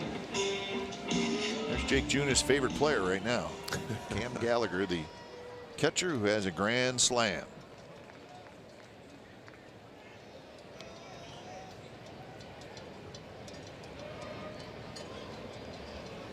First pitch to Joyce, and he rips one to right center field. That's going to be a hit. Boog Powell speeding around second. He heads to third. First and third, nobody out.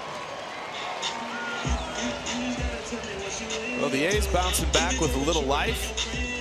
Another nice line drive from Matt Joyce. Junis throws strikes, and he likes to get ahead. And when that happens, you can be a little more aggressive.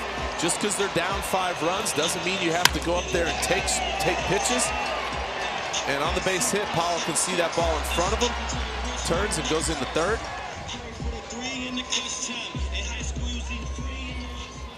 50 fastballs. That's what I mean. He's just mixing in a few off speed here or there, but he's gotten so many lazy fly balls, flyouts from these A's hitters. Yeah, he's not trying to trick anybody. No, and sometimes when you see that, that kind of means, hey, you know, maybe it's getting a little, A's are just missing some, and maybe they'll get on them. Well, that note says that they should. After 45 pitches, the league is hitting 354 off Jake Junis, and the pitch count is at 62. Well, and also now the A's have some guys on base, so, you know, they only had 2 hits prior to this inning. So now you're getting him in the stretch where he hasn't been for a couple innings. Very high pop-up, shallow left. Escobar and Gordon, and I think Escobar called it, and then Gordon called him off. So not deep enough to get Powell home, so Simeon will be disappointed with that at bat. But there's an example of what the A's have kind of been doing. There's been some hard hit fly balls, but the problem is they're just getting under a lot of these. Marcus hit that thing hard. It was a pitch that was middle. You know, so maybe his delivery has a little bit of deception to it, and that's why the A's haven't been able to square any of these up. So now Healy will get an opportunity to get Boog Powell home.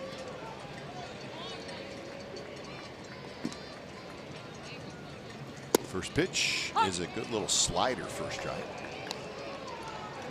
The Orioles are leading the Mariners 7-1 in the 5th inning. A's and Orioles just split the 4-game series, so Baltimore headed up to Seattle. That's the first of a 3-game set.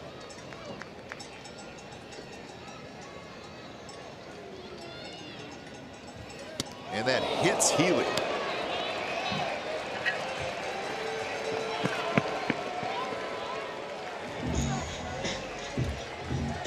Well, you could almost hear the thud on this one.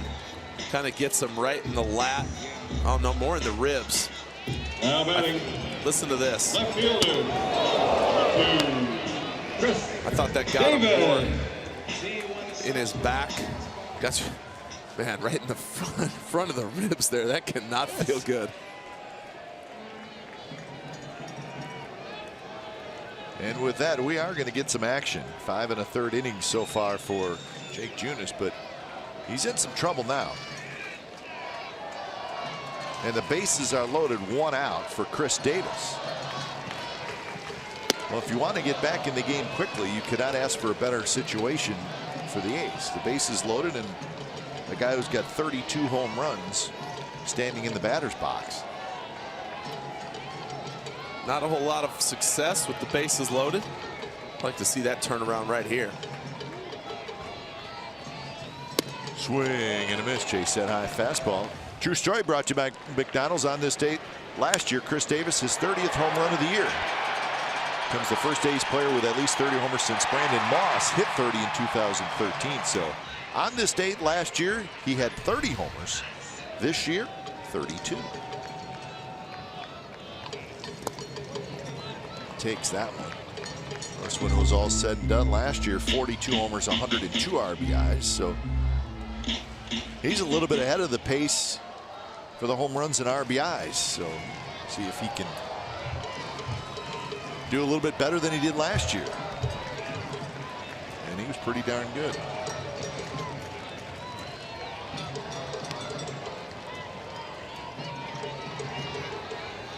One-two pitch. Just missed. You may not want to take it again. That's what I was going to say. This is probably right at the bottom of this strike zone. A little low. A little down. Live, it seemed a little better than that. Two pitch. And that hits Davis. And the A's are going to get a run the hard way. So Powell's going to come in to score, but let's make sure Chris Davis is okay.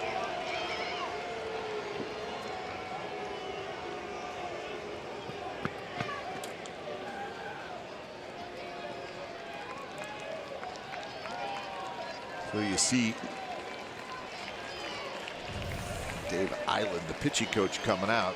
I was gonna say, I thought it got, oh no, it got him on the hand. See, I thought it went off his elbow guard, but this thing hits him right in the top of his left hand. His hand was already coming off the bat, so that almost might have taken a little bit of that blow out of it, as opposed to your hand being on the bat and your hand not being able to bounce back a little bit.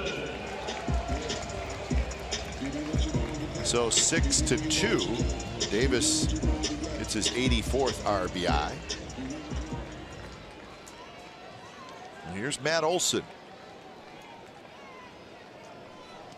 Mike Minor is the lefty just now starting to throw out in the bullpen.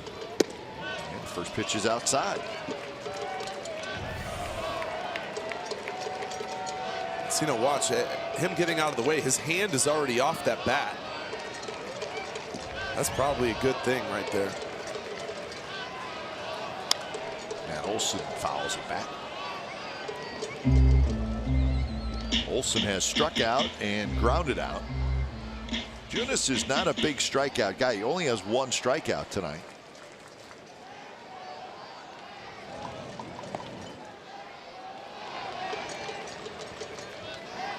Swing and a miss. Went upstairs with a fastball. Well, he's topped out at about 93 tonight, but he's challenging these A's hitters with that fastball. And as many that have been in the top of that strike zone, man, you'd have to think one of these guys is going to catch up and get one of these. 1-2 pitch. Breaking ball outside. So 2 singles and 2 hit batters.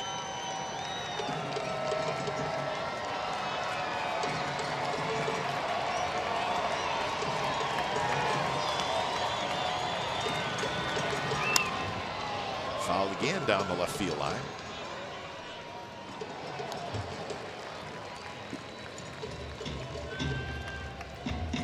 So a big at bat for Matt Olson, who has homered in 3 consecutive games.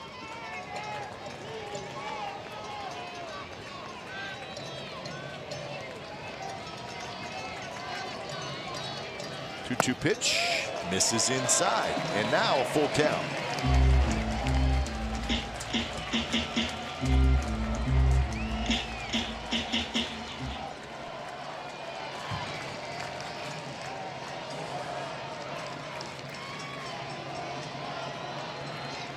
Was a ball loose out in right field. Bonifacio had run back to the warning track to pick it up. That's the reason timeout has been called.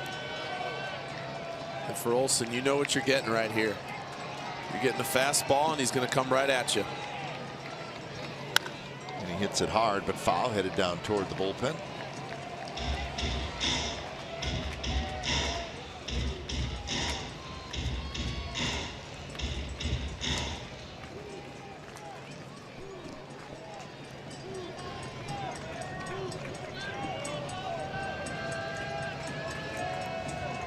So 3-2 again. And again a foul ball. This one out over the plate. Olsen just got a piece of it. Joyce at third, Healy at second, Davis at first. A run in.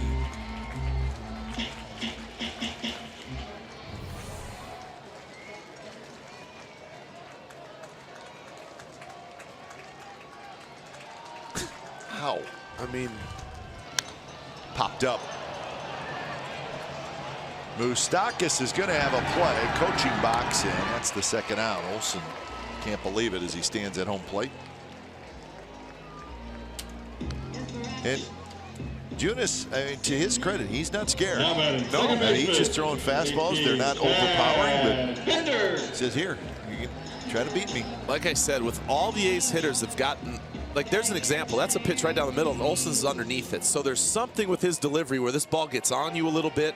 Maybe it doesn't have quite as much sink. It has a little more ride, stays a little up. But there's just been too many fly balls and pop-ups. First pitch to Pinder is a strike. So it's up to Pinder. He has grounded to short and hit a fly ball to right field.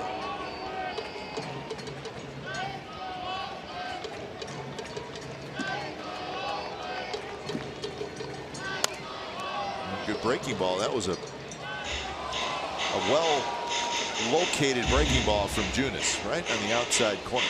Yeah, there wasn't a whole lot Pinder was going to do with that one.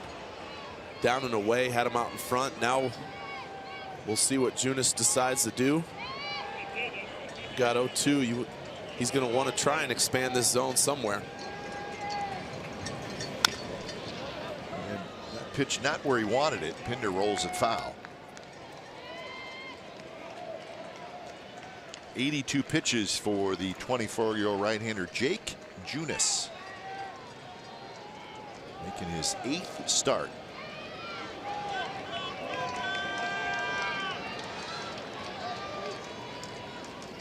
To pitch, and Pinder could not hold up. He went around, strike 3. So the A's get 1, and they were looking for a lot more. 7th inning coming up, 6-2 Kansas City.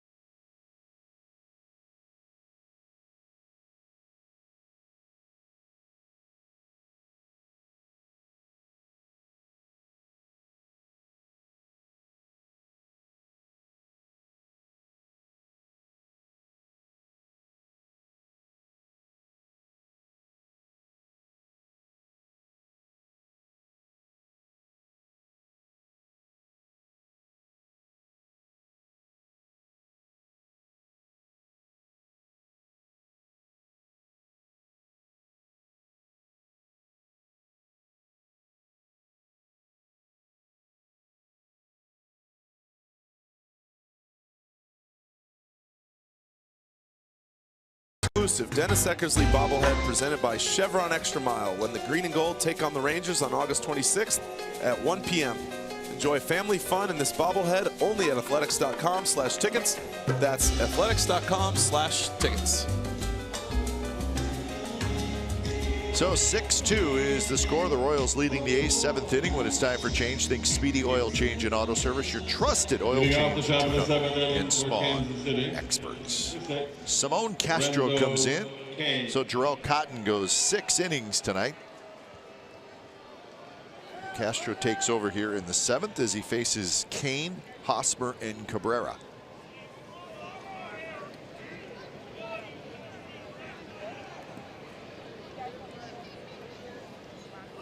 Lorenzo Cain is 0 for 3. He has grounded out and hit a couple of fly balls to center field. First pitch is a fastball on the outside corner. 8 hits, 6 runs, 3 walks, 2 strikeouts for Cotton, and he finished right at 100 pitches. So he could not get Cam Gallagher. Hit a grand slam off him. So quick 0-2 to Lorenzo Cain. You know, when you look at Cotton's outing, I mean, there are definitely a few positives to take out of it. I thought he looked better. Yes, he absolutely looked better. But the problem with it is you give up a grand slam like that, and that's so crushing that for him personally, you know, yeah, you can look at the innings and go, okay, that was good, but it ruins it. Yeah, he's going to go into the locker room going, I gave up 6 earned runs in 6 innings. That's not a good outing. Yep, that's what makes those starts tough. So from a confidence boost standpoint, it may not do anything. Yeah. Because ultimately it's still about the line, right? It's about how many runs did you give up? It is. It comes down to one pitch. One pitch. Otherwise, we're maybe tied 2-2. Lined into center field, the base hit for Lorenzo Cain. So hit number 9 for the Royals tonight. And let's check back in with Angela. Well, the Athletics announced a new website last week, oaklandballpark.com, to gather community feedback as they get ready to announce the highly anticipated location of the new ballpark later this year. Dave Cavill has emphasized community feedback is critical to the ballpark's success. Fans can weigh in with their thoughts on everything from design, amenities, pricing, and more on the survey on the site. The site will also serve as a hub for all new ballpark-related information. So go to oaklandballpark.com. Go check it out and make your opinion count. Guys, back to you in the booth. And a lot of people are doing that, which is great. Give your ideas for what you would like inside the new ballpark.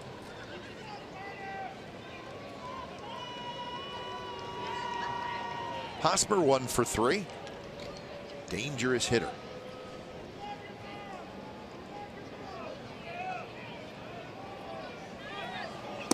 Runner goes. The throw to second base is late, and Lorenzo Cain, who has always been a very good base stealer, he has another one. That is stolen base number 23 for Cain. Well, these Royals, they're always trying to take that extra base, and that's just a walking lead right there. You can see how far he was never stopped. You got to make him stop. He got so far off that bag, that base was stolen very easily. So 3 stolen bases tonight for the Royals. They now have 71 steals on the year. And here's Hosmer now hitting with a runner in scoring position. Nobody out.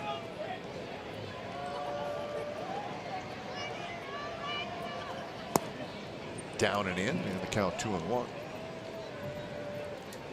The Indians beat the Red Sox today 7-3 in Boston, and we decided that that was a makeup game, right, for a rainout. So the Indians are playing good baseball. They've now won 4 in a row.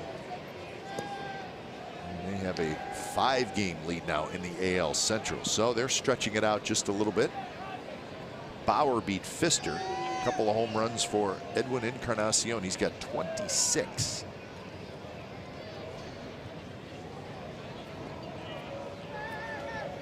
Outside.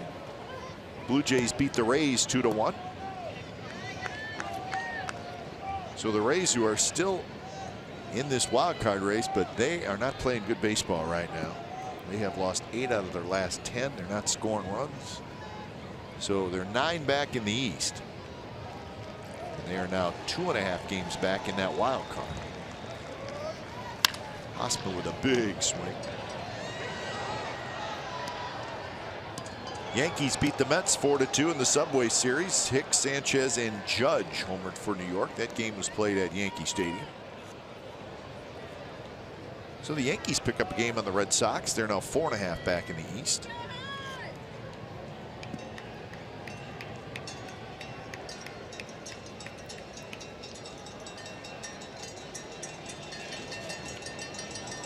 (3-2) to Hosmer, not close. So the Royals have something going here in the 7th. 2 on and nobody out.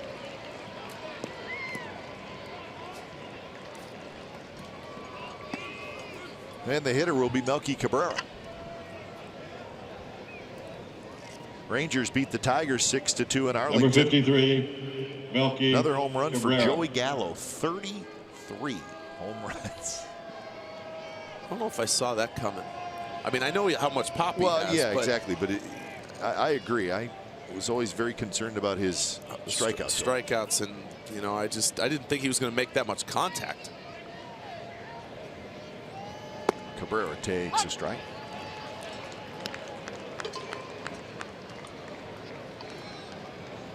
Interleague game, the Diamondbacks are leading the Astros 2-0 in Houston.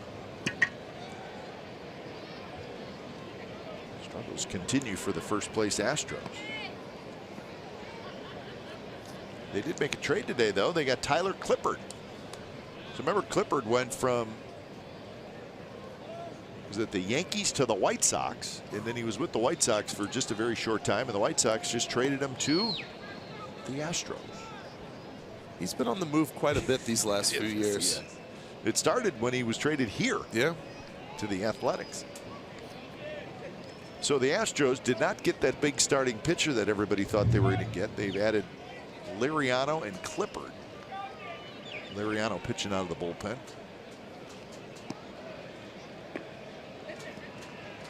Oh, 0-1 to Melky Cabrera. Close pitch.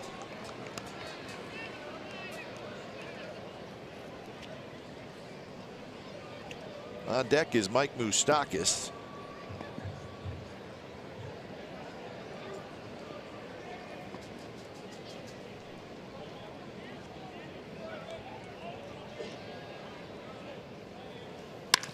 Grounded right to the second baseman, Pinder. Simeon has it on to first, and that's a double play. 4-6-3, the A's turn it.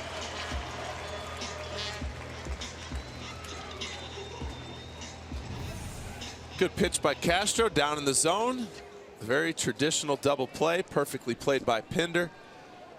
Nice flip to Marcus and a good throw. We've seen the A's turn quite a few double plays as of recent. It's nice to see 2 outs on 1 pitch. Yeah, they turned a bunch of them over the weekend. So here's Moustakas, who's 1 for 3. He singled and scored in the 6th. Well, the Orioles are now leading 10-2 over the Mariners in the 5th inning. Wow. Manny Machado hit a grand slam in that game.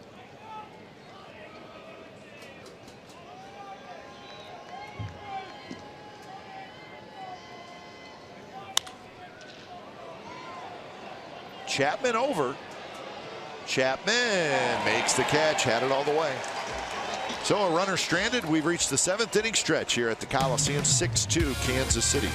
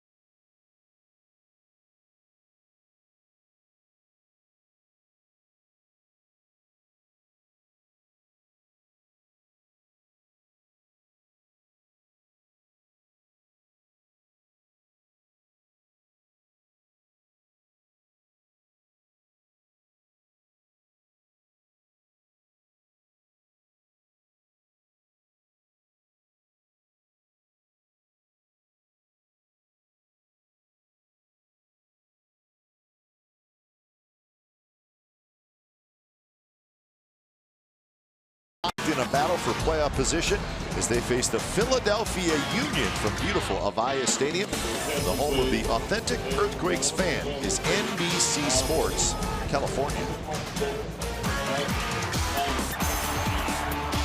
So we'll look forward to that coming up on Saturday night. The A's will be in Houston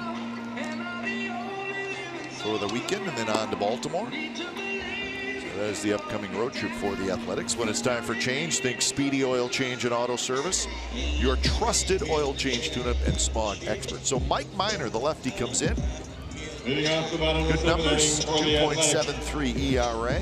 Third baseman, 26. And 60 strikeouts in 56 innings. And for the rookie Jake Junis, he's got a chance to get a win. He went 6 innings, gave up 2 runs. Nothing fancy, Mark, just the 2 worst pitches he made were probably the 2 times he hit a batter, which helped the A's get a run last inning. He hit Healy and Davis back to back. Yeah, he came right after these A's hitters. A lot with his fastball.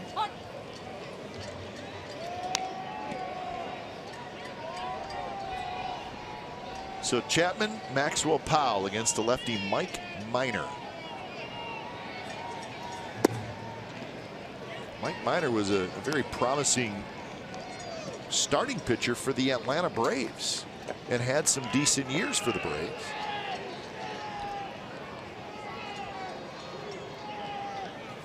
Has some shoulder issues as of late, but now in the big leagues and pitching pretty well out of the bullpen for the Royals.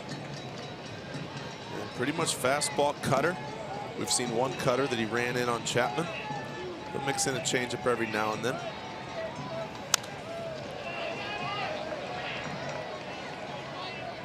He won 11 games for the Braves in 2012. He won 13 games for the Braves in 2013. Braves are thinking, we got something here. Yeah. Young lefty. But it looks like the bullpen is where he's going to be. 3-2 pitch is popped up, foul territory. Hosmer is over there, and he gets there, waits, and makes the catch. Smart play of the day brought to you by your California Ford dealers. And we go back to the last inning. Castro able to escape that inning. First and second, nobody out.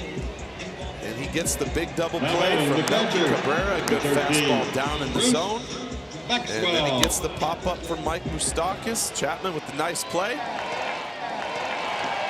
No damage done. So with 1 out, here's Maxwell. Maxwell is 0 for 2. Left-handed hitters against Mike Minor this year, hitting 132. So there's the challenge for Bruce Maxwell. Lefties are 9 for 68.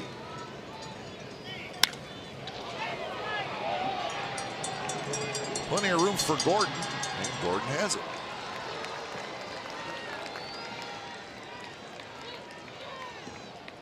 And Liam Hendricks up and throwing for the A's.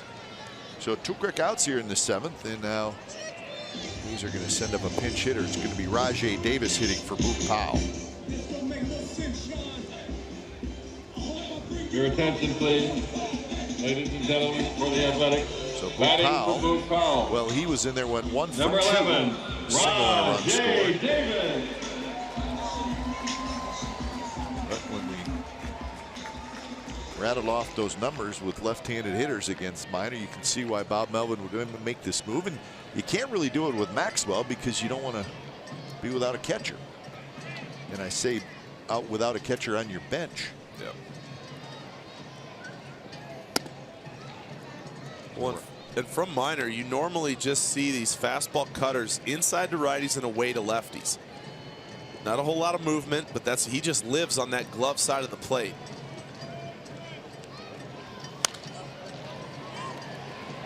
Hosmer coming over, and it's going to be just into the camera well. As long as Dave Amundsen, our very fine cameraman, is okay, that's really all that matters. Because, listen, folks, there's a reason why his nickname is Diamond Dave. This game does not go on if he were to get injured, and he's okay. Diamond Dave Amundsen.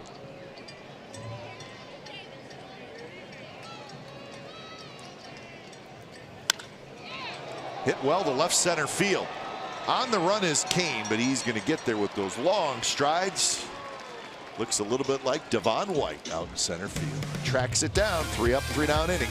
8th inning coming up.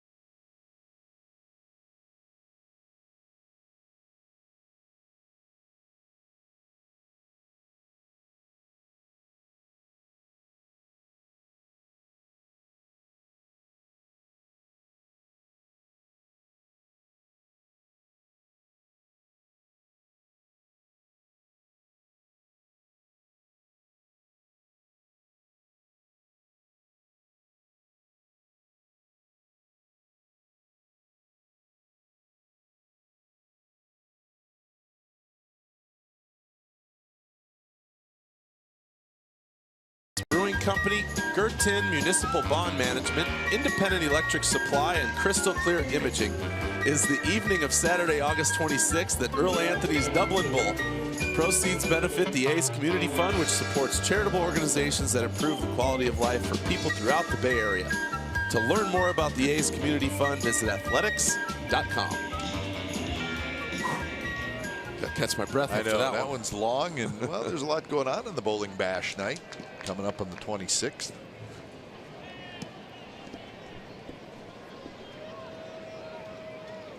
Jorge Bonifacio to lead it off. Hits one foul. Bonifacio having a pretty good rookie season. Remember the Royals, when it comes time for a change, think Speedy Oil Change and Auto Service, your trusted oil change, tune-up, and smog expert. So here is Liam Hendriks, 53rd appearance. He's been a workhorse.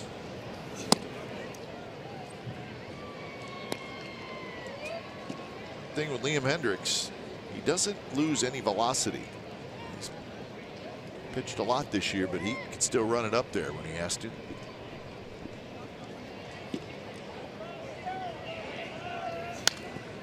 Another foul ball. The count 1-2 to Bonifacio. Brandon Maher, recent trade acquisition, starting to throw for the Royals.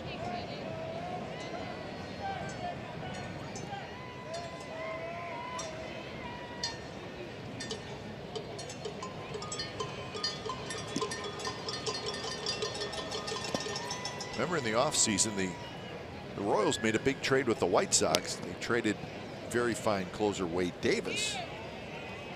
And the Royals knew Davis was going to be a free agent, and they figured, let's get a young player that will be with us for a while. And they got Jorge Solar, big, powerful right-handed hitter from the Cubs. Solar showed flashes of his power with the Cubs. Simeon charges, he's got it. Double clutched, and he just got Bonifacio for the first down. So that's out number 1 here in the 8th. But the Royals are hoping Jorge Solar is a big part of their Now batting. outfield this year, but he's in the minor leagues. Alcides Escobar. Yeah, you can see how long it took for Simeon to get rid of that ball. Bonifacio can move. He's a solid guy, but he got down that line pretty good. The reason I bring that up is Bonifacio is kind of getting the at-bats I think Royals thought Soler would be getting. Yep. And it doesn't mean that Jorge Soler isn't a big part of their future, because he is, but right now he's in the minor leagues, so Bonifacio is taking advantage. Well, I always find it interesting when teams trade someone like that, you know, athletically gifted, Soler, the power that he has, but it's like they know something though, or they have a feeling that it might not turn out the way he looks as though he should turn, you know? Yeah, no, I know what you're saying. I mean, you see that, and luckily, you know, the Cubs, they moved him earlier rather than later, and that's when you can get somewhat of a return. Wade Davis has been good. Yep.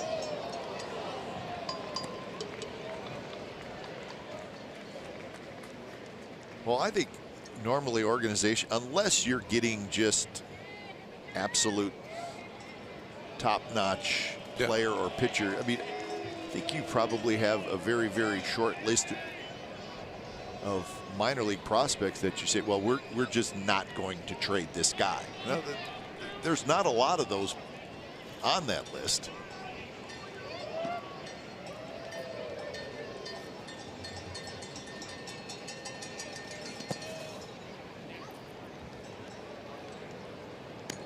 But the Cubs have made a couple trades. They gave up a lot to get Chapman last year. They also had a lot in their system, too. And they still do, if you could believe that.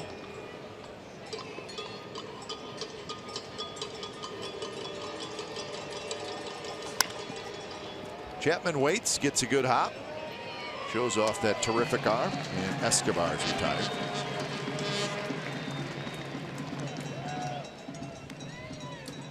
So 2 away for Alex Gordon.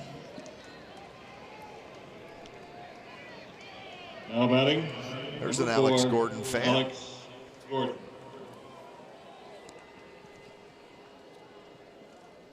Gordon spent his entire career with these Kansas City Royals.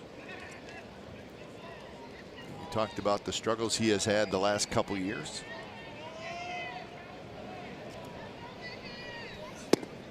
But he's always, I mean, he's got Gold Gloves. He's always been a terrific outfielder. Yep.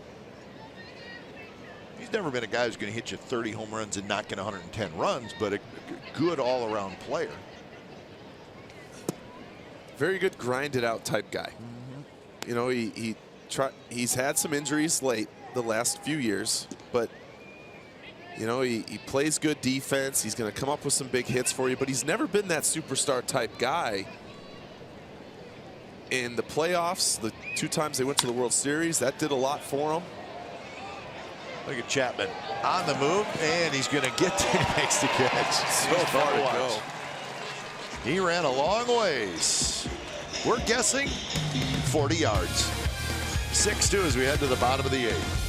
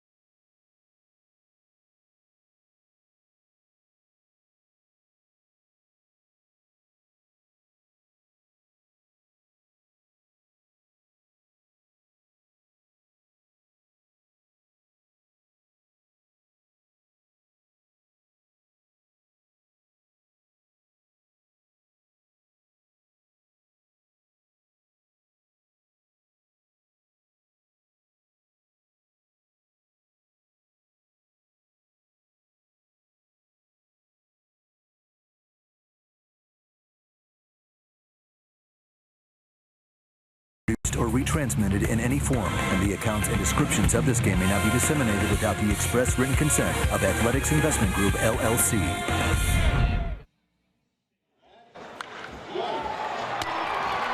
Game summary brought to you by your local Toyota dealers. The 4 spot in the 6th is the difference in the game for the Royals, and it came on a grand slam by catcher Cam Gallagher.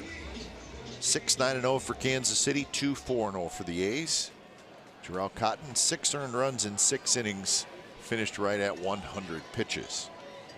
So a couple more shots for the A's against this Kansas City Royals bullpen. This is Brandon Marr, one of the new arms in the bullpen.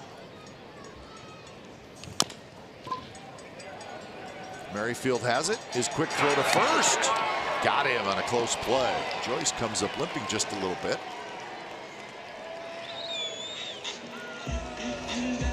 Those balls hit right off the plate. Merrifield gets to it and gets rid of it extremely quickly. And he needed to. And you can see Joyce just kind of comes up a little bit short of that bag.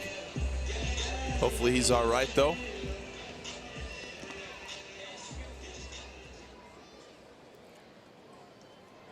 So here's Marcus Semien.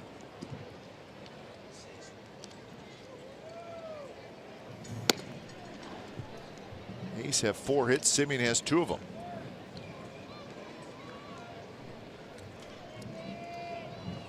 Triple and a single and a run scored.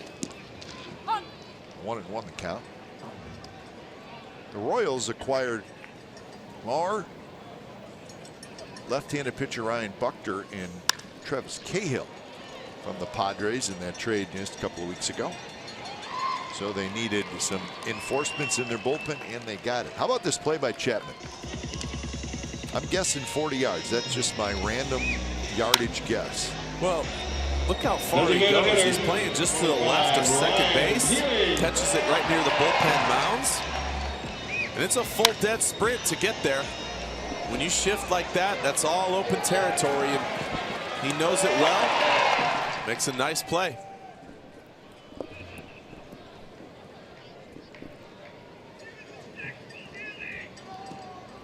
Had it all the way.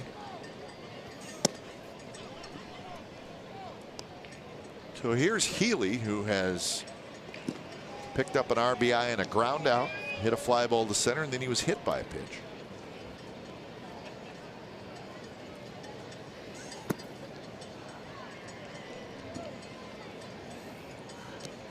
Brandon Marr has been around. He started with Seattle.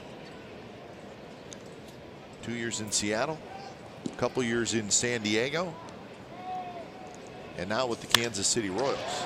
That one is drilled toward right center field. Nobody's going to get it. So Healy splits the gap in right center, and he's got a 2-out double.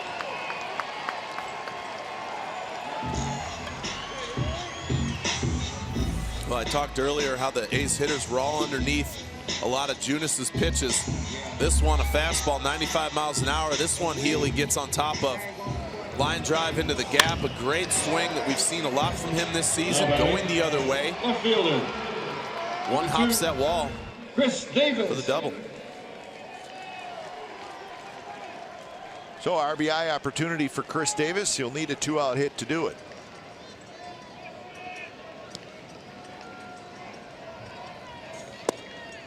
Slider first strike. Davis has flied out twice and been hit by a pitch with the bases loaded, so he picked up an RBI.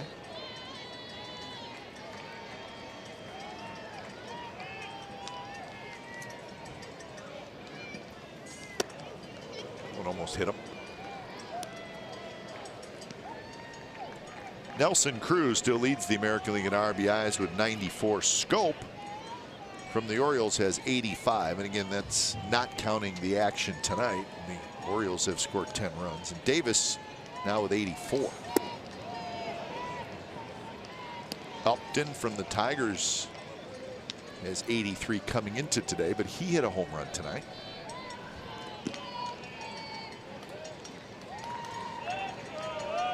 (10-2), the Orioles leading the Mariners in the 6th inning. Strike 3 called with a fastball at 94 miles an hour, side retired. hitting a runner left, and we're headed to the ninth. Still 6-2 Kansas City.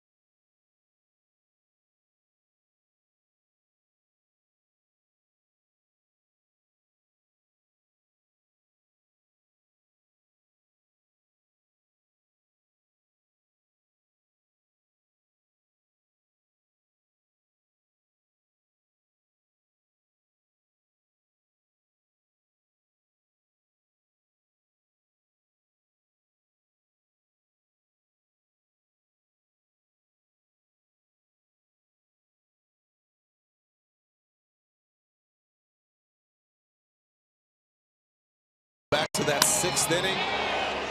Cam Gallagher, good at bat, fouled off a couple 3-2 pitches, finally got one. Middle end, the one spot he could hurt the A's, and he did some damage, a grand slam. And he's going to lead things off here in the top of the 9th inning. When it's time for change, think Speedy Oil Change and Auto Service, your trusted oil change, tune-up, and smog experts. The new pitcher is Josh Smith. Josh Smith was called back to the big leagues on the 24th of July, and since he's been brought back, he's pitched very well for the A's. He's made 7 appearances, and he's given up just 1 earned run in 10 innings during those appearances. So Josh Smith taking advantage of his opportunity here. And for Cam Gallagher, first career home run tonight was a grand slam. Last Orioles player to a grand slam for the first career home run, Paul Phillips, in 2005. Do you remember that name? No, I don't either. I feel bad for the Phillips family. Yes. Hope they're not I watching. hate saying that. I know, I don't like saying it either, because he was probably a good player. That one is ripped toward left center field. Nobody's going to get this one, and it bangs off the wall. Cam Gallagher hustling in, and he's got himself a double. Pinder says, I think I got him. I think Pinder thinks he came up off the bag when he slid. We're going to find out. James Hoy is the second base umpire. Does he come off the bag? Now batting. Well, he did come off the bag just for a flash, and Pinder did hold the glove on him. Yeah, but that's the thing. Did Pinder hold the tag while he's up in the air? It almost seemed as though his glove came off. You know what? I think you're right. I don't know that he didn't apply the tag yet. Yeah, I don't know that the glove had made contact yet, or was making contact when his foot went back on the bag. Nope. So it goes as a double. So a big night for Cam Gallagher. Homer, double, walk. And here's Whit Merrifield. Oh, 0-1 to Merrifield, who's 1 for 4. Night of first for Cam Gallagher. He's going to go home and want to check out the show highlight shows.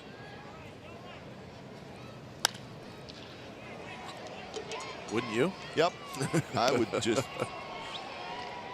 lay in my hotel bed and just keep watching every highlight I could find. If it was first career home run and it was a grand slam.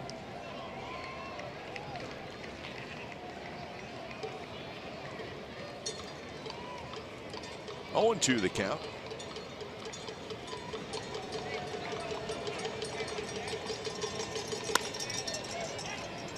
Shallow left field. Davis now over into left center, and Chris Davis has it. And Gallagher thought about trying for third. He went about 10-12 feet off the bag at second and then hustled back. So one away here in the top of the 9th inning. Number 6, Lorenzo Cain. Very small crowd tonight, 9,848.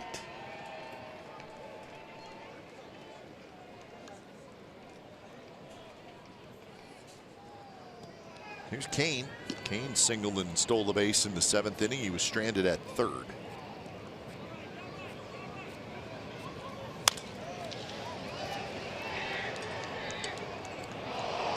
Cain always has that swing as if he's a 40 homer guy. Yeah, that's a good call, and he's not.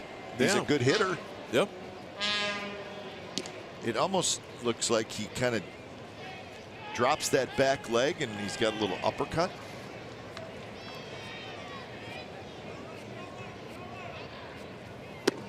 Inside.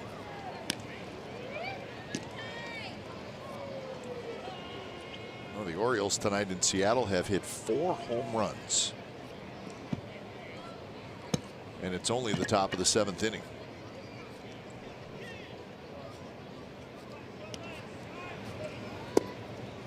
Good breaking ball, catches the inside corner. 1-2 the count.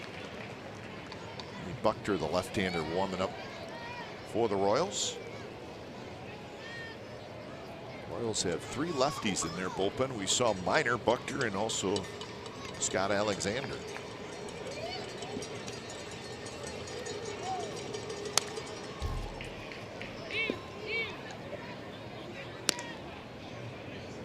Interesting to see what kind of contract Lorenzo Cain gets next year, Mark. We talked about the fact that he's a free agent. He's still a very good player. Yep. He's 31 years old.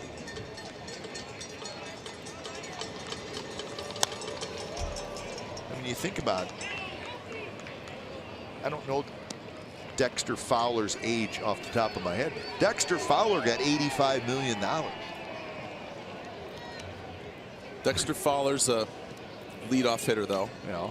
A different type of player, though. Yeah. In my opinion. Cain can do a lot of the similar things, but I think Fowler does a lot of those things a little better. Yeah. I mean, there's just not a huge difference between the two. No. I think he's. I think Fowler's it depends not. I think Fowler's a little bit younger than Cain, but I think Cain is still going to get, a pretty good deal. Dexter Fowler's 31 years old, so they're about the same age.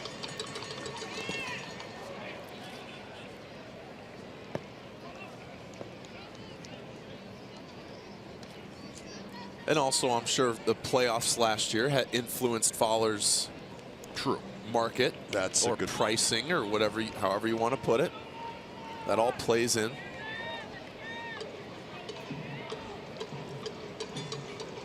Cain's best home run season is 16. Did that a couple years ago.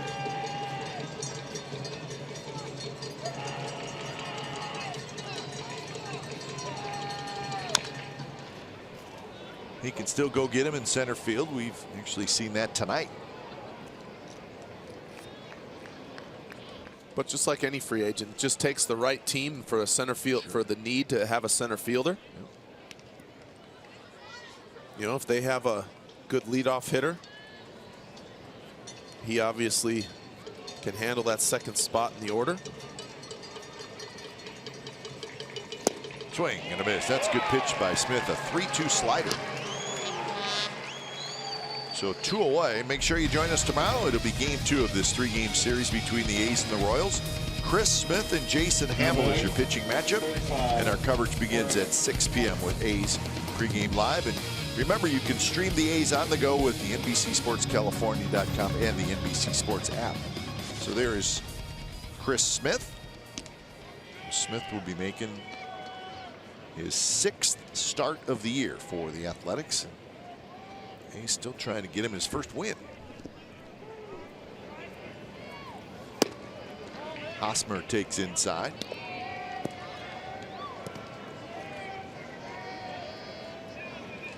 So you see Chris Smith, he's sitting there, he's got his little chart.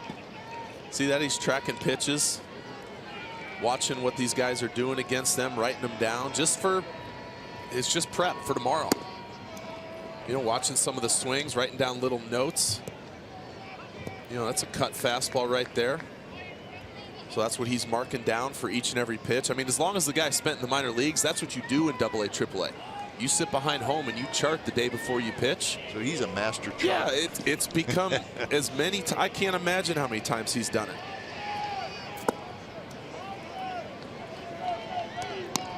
It'll be fun to look at that sheet. Yeah, you'll see coaches, the pitching coaches sometimes have that same thing. It just depends. All the coaches are a little different, but you can see him sitting there discussing different hitters, different counts. You know, some guys are big video guys. Some guys are big. They like watching video of themselves pitch against people. They like. There's certain guys around the league maybe that they think they pitch like, so they want tapes of that guy pitching against the Royals.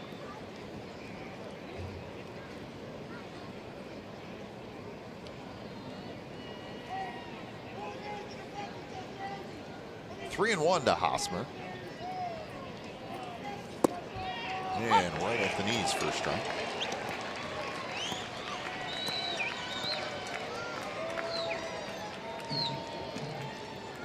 Bottom of the 9th, it'll be Olsen, Pinder, and Chapman.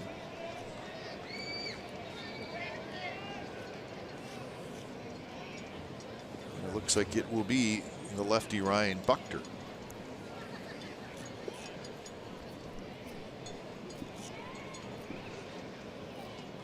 So full count to Hosmer, who has an RBI single, and he has also walked.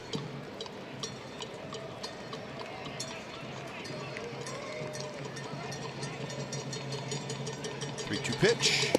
Strike 3 called on the outside corner. Good pitch by Josh Smith. So he gives up a double, nothing else. Last shot for the A's. Royals leading 6-2.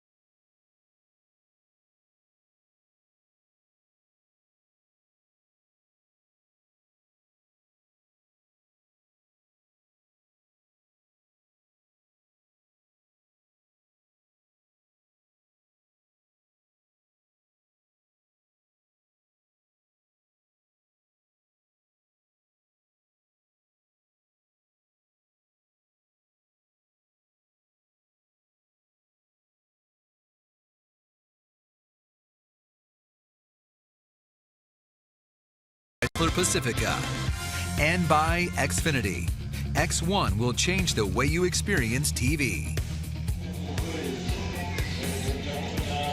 So last chance for the A's. The Royals leading 6-2. So Matt Olson's going to lead it off. He's going to do it against the lefty Ryan Buchter, who again one of the relievers that the Royals acquired from the San Diego Padres not long ago. 4-3 with a 3.35 ERA. He's got pretty good stuff from the left side.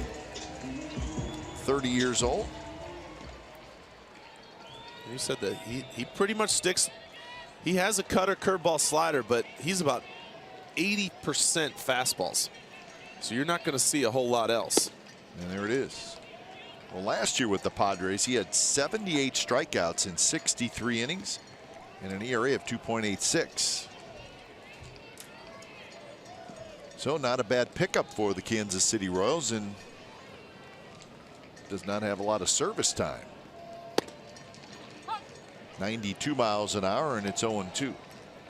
Yeah, he'll top out at 94, but here's another one of those guys. I bet you this 92 looks a lot firmer because that arm never comes out from behind him. Watch his hands separate and that arm goes straight up behind his ear. And a slider to finish off Olsen, and that's pretty nasty stuff. So that's out number 1. Well, that's 3 good pitches right there. 2 fastballs down and away. This one going with that little cutter slider, starting on that same plane, breaking out of the strike zone. Good pitch. So is it just that as a hitter, when you're talking about that arm and where it is, is it just that you just don't see the arm coming through, and it? Yeah, there's no timing. It's harder for.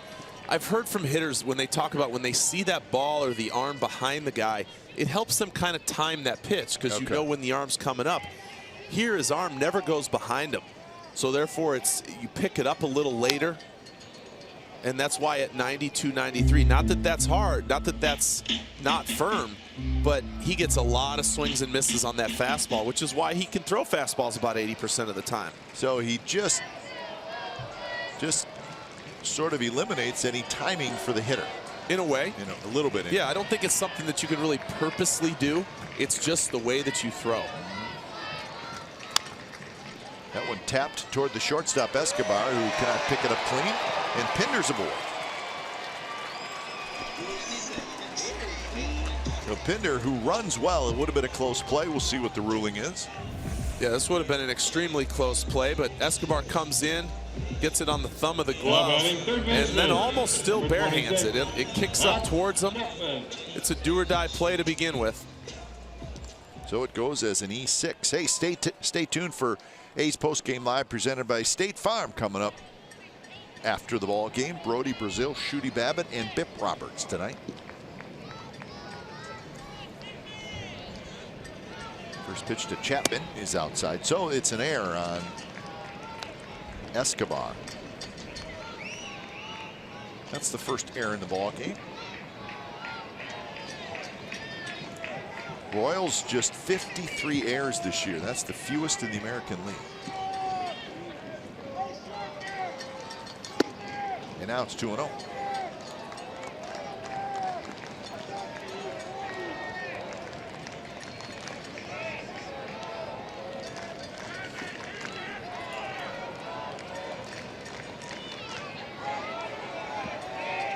Well, Maxwell to follow, and then Rajai Davis. Good swing by Chapman. He got a fastball at 93 miles an hour.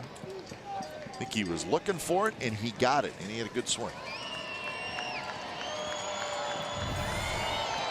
He's got a nice short swing, just underneath that a little. But that'd be one he'd like back right here.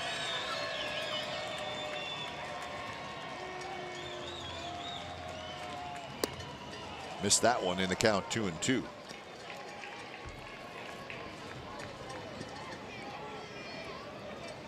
Chapman has hit a fly ball to right, a fly ball to center, and he has fouled out to first, so hitless tonight.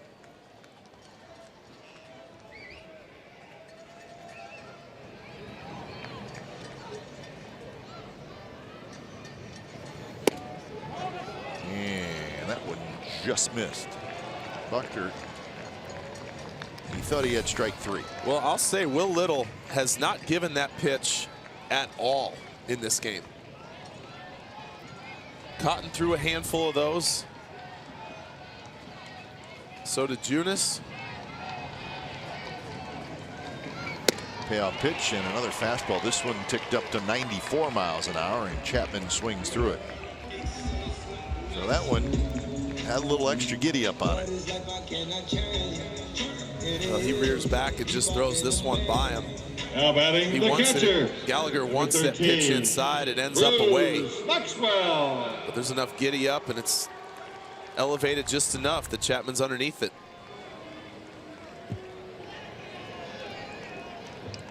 So 2 away, and here's Maxwell trying to keep the game going. Pinder takes off, so he'll get to second base. The pitch called a strike.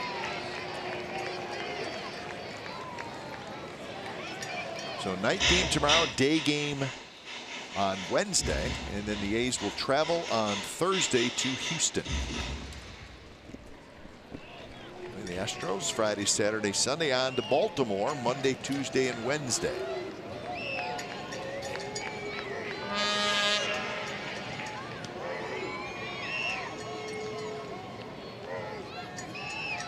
Buckner, long look to Pinder, and the 0-1 pitch is a fastball outside.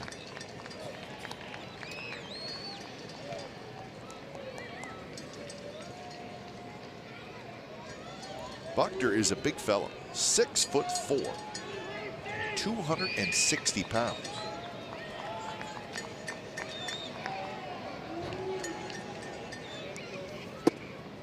A little bit outside, 2-1 the count.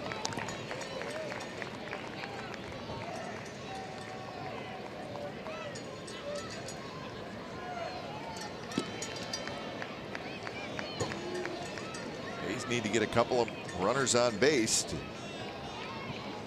get the tying run to the plate. They have 1 out there.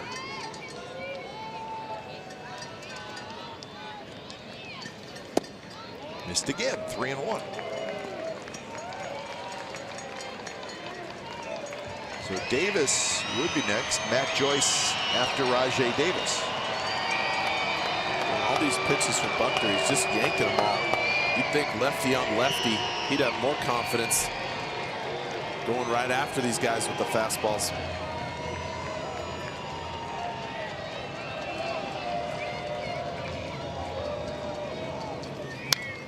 And he did that time, 94 miles an hour. Maxwell fouls it straight back.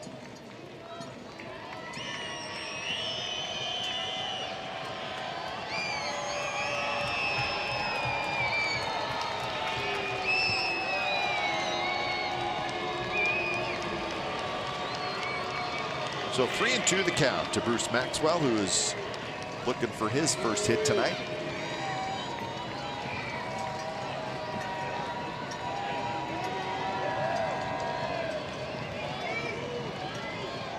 Payoff pitch, here it is. Swing and a miss. He struck him out, and that's the ball game. So Buckner ends up striking out 3 in the inning.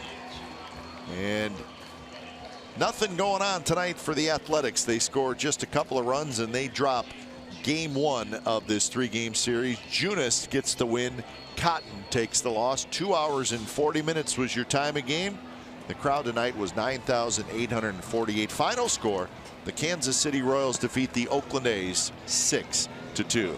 Time now for A's Post Game Live, presented by State Farm. It's Brody, Shooty, and Bip standing by.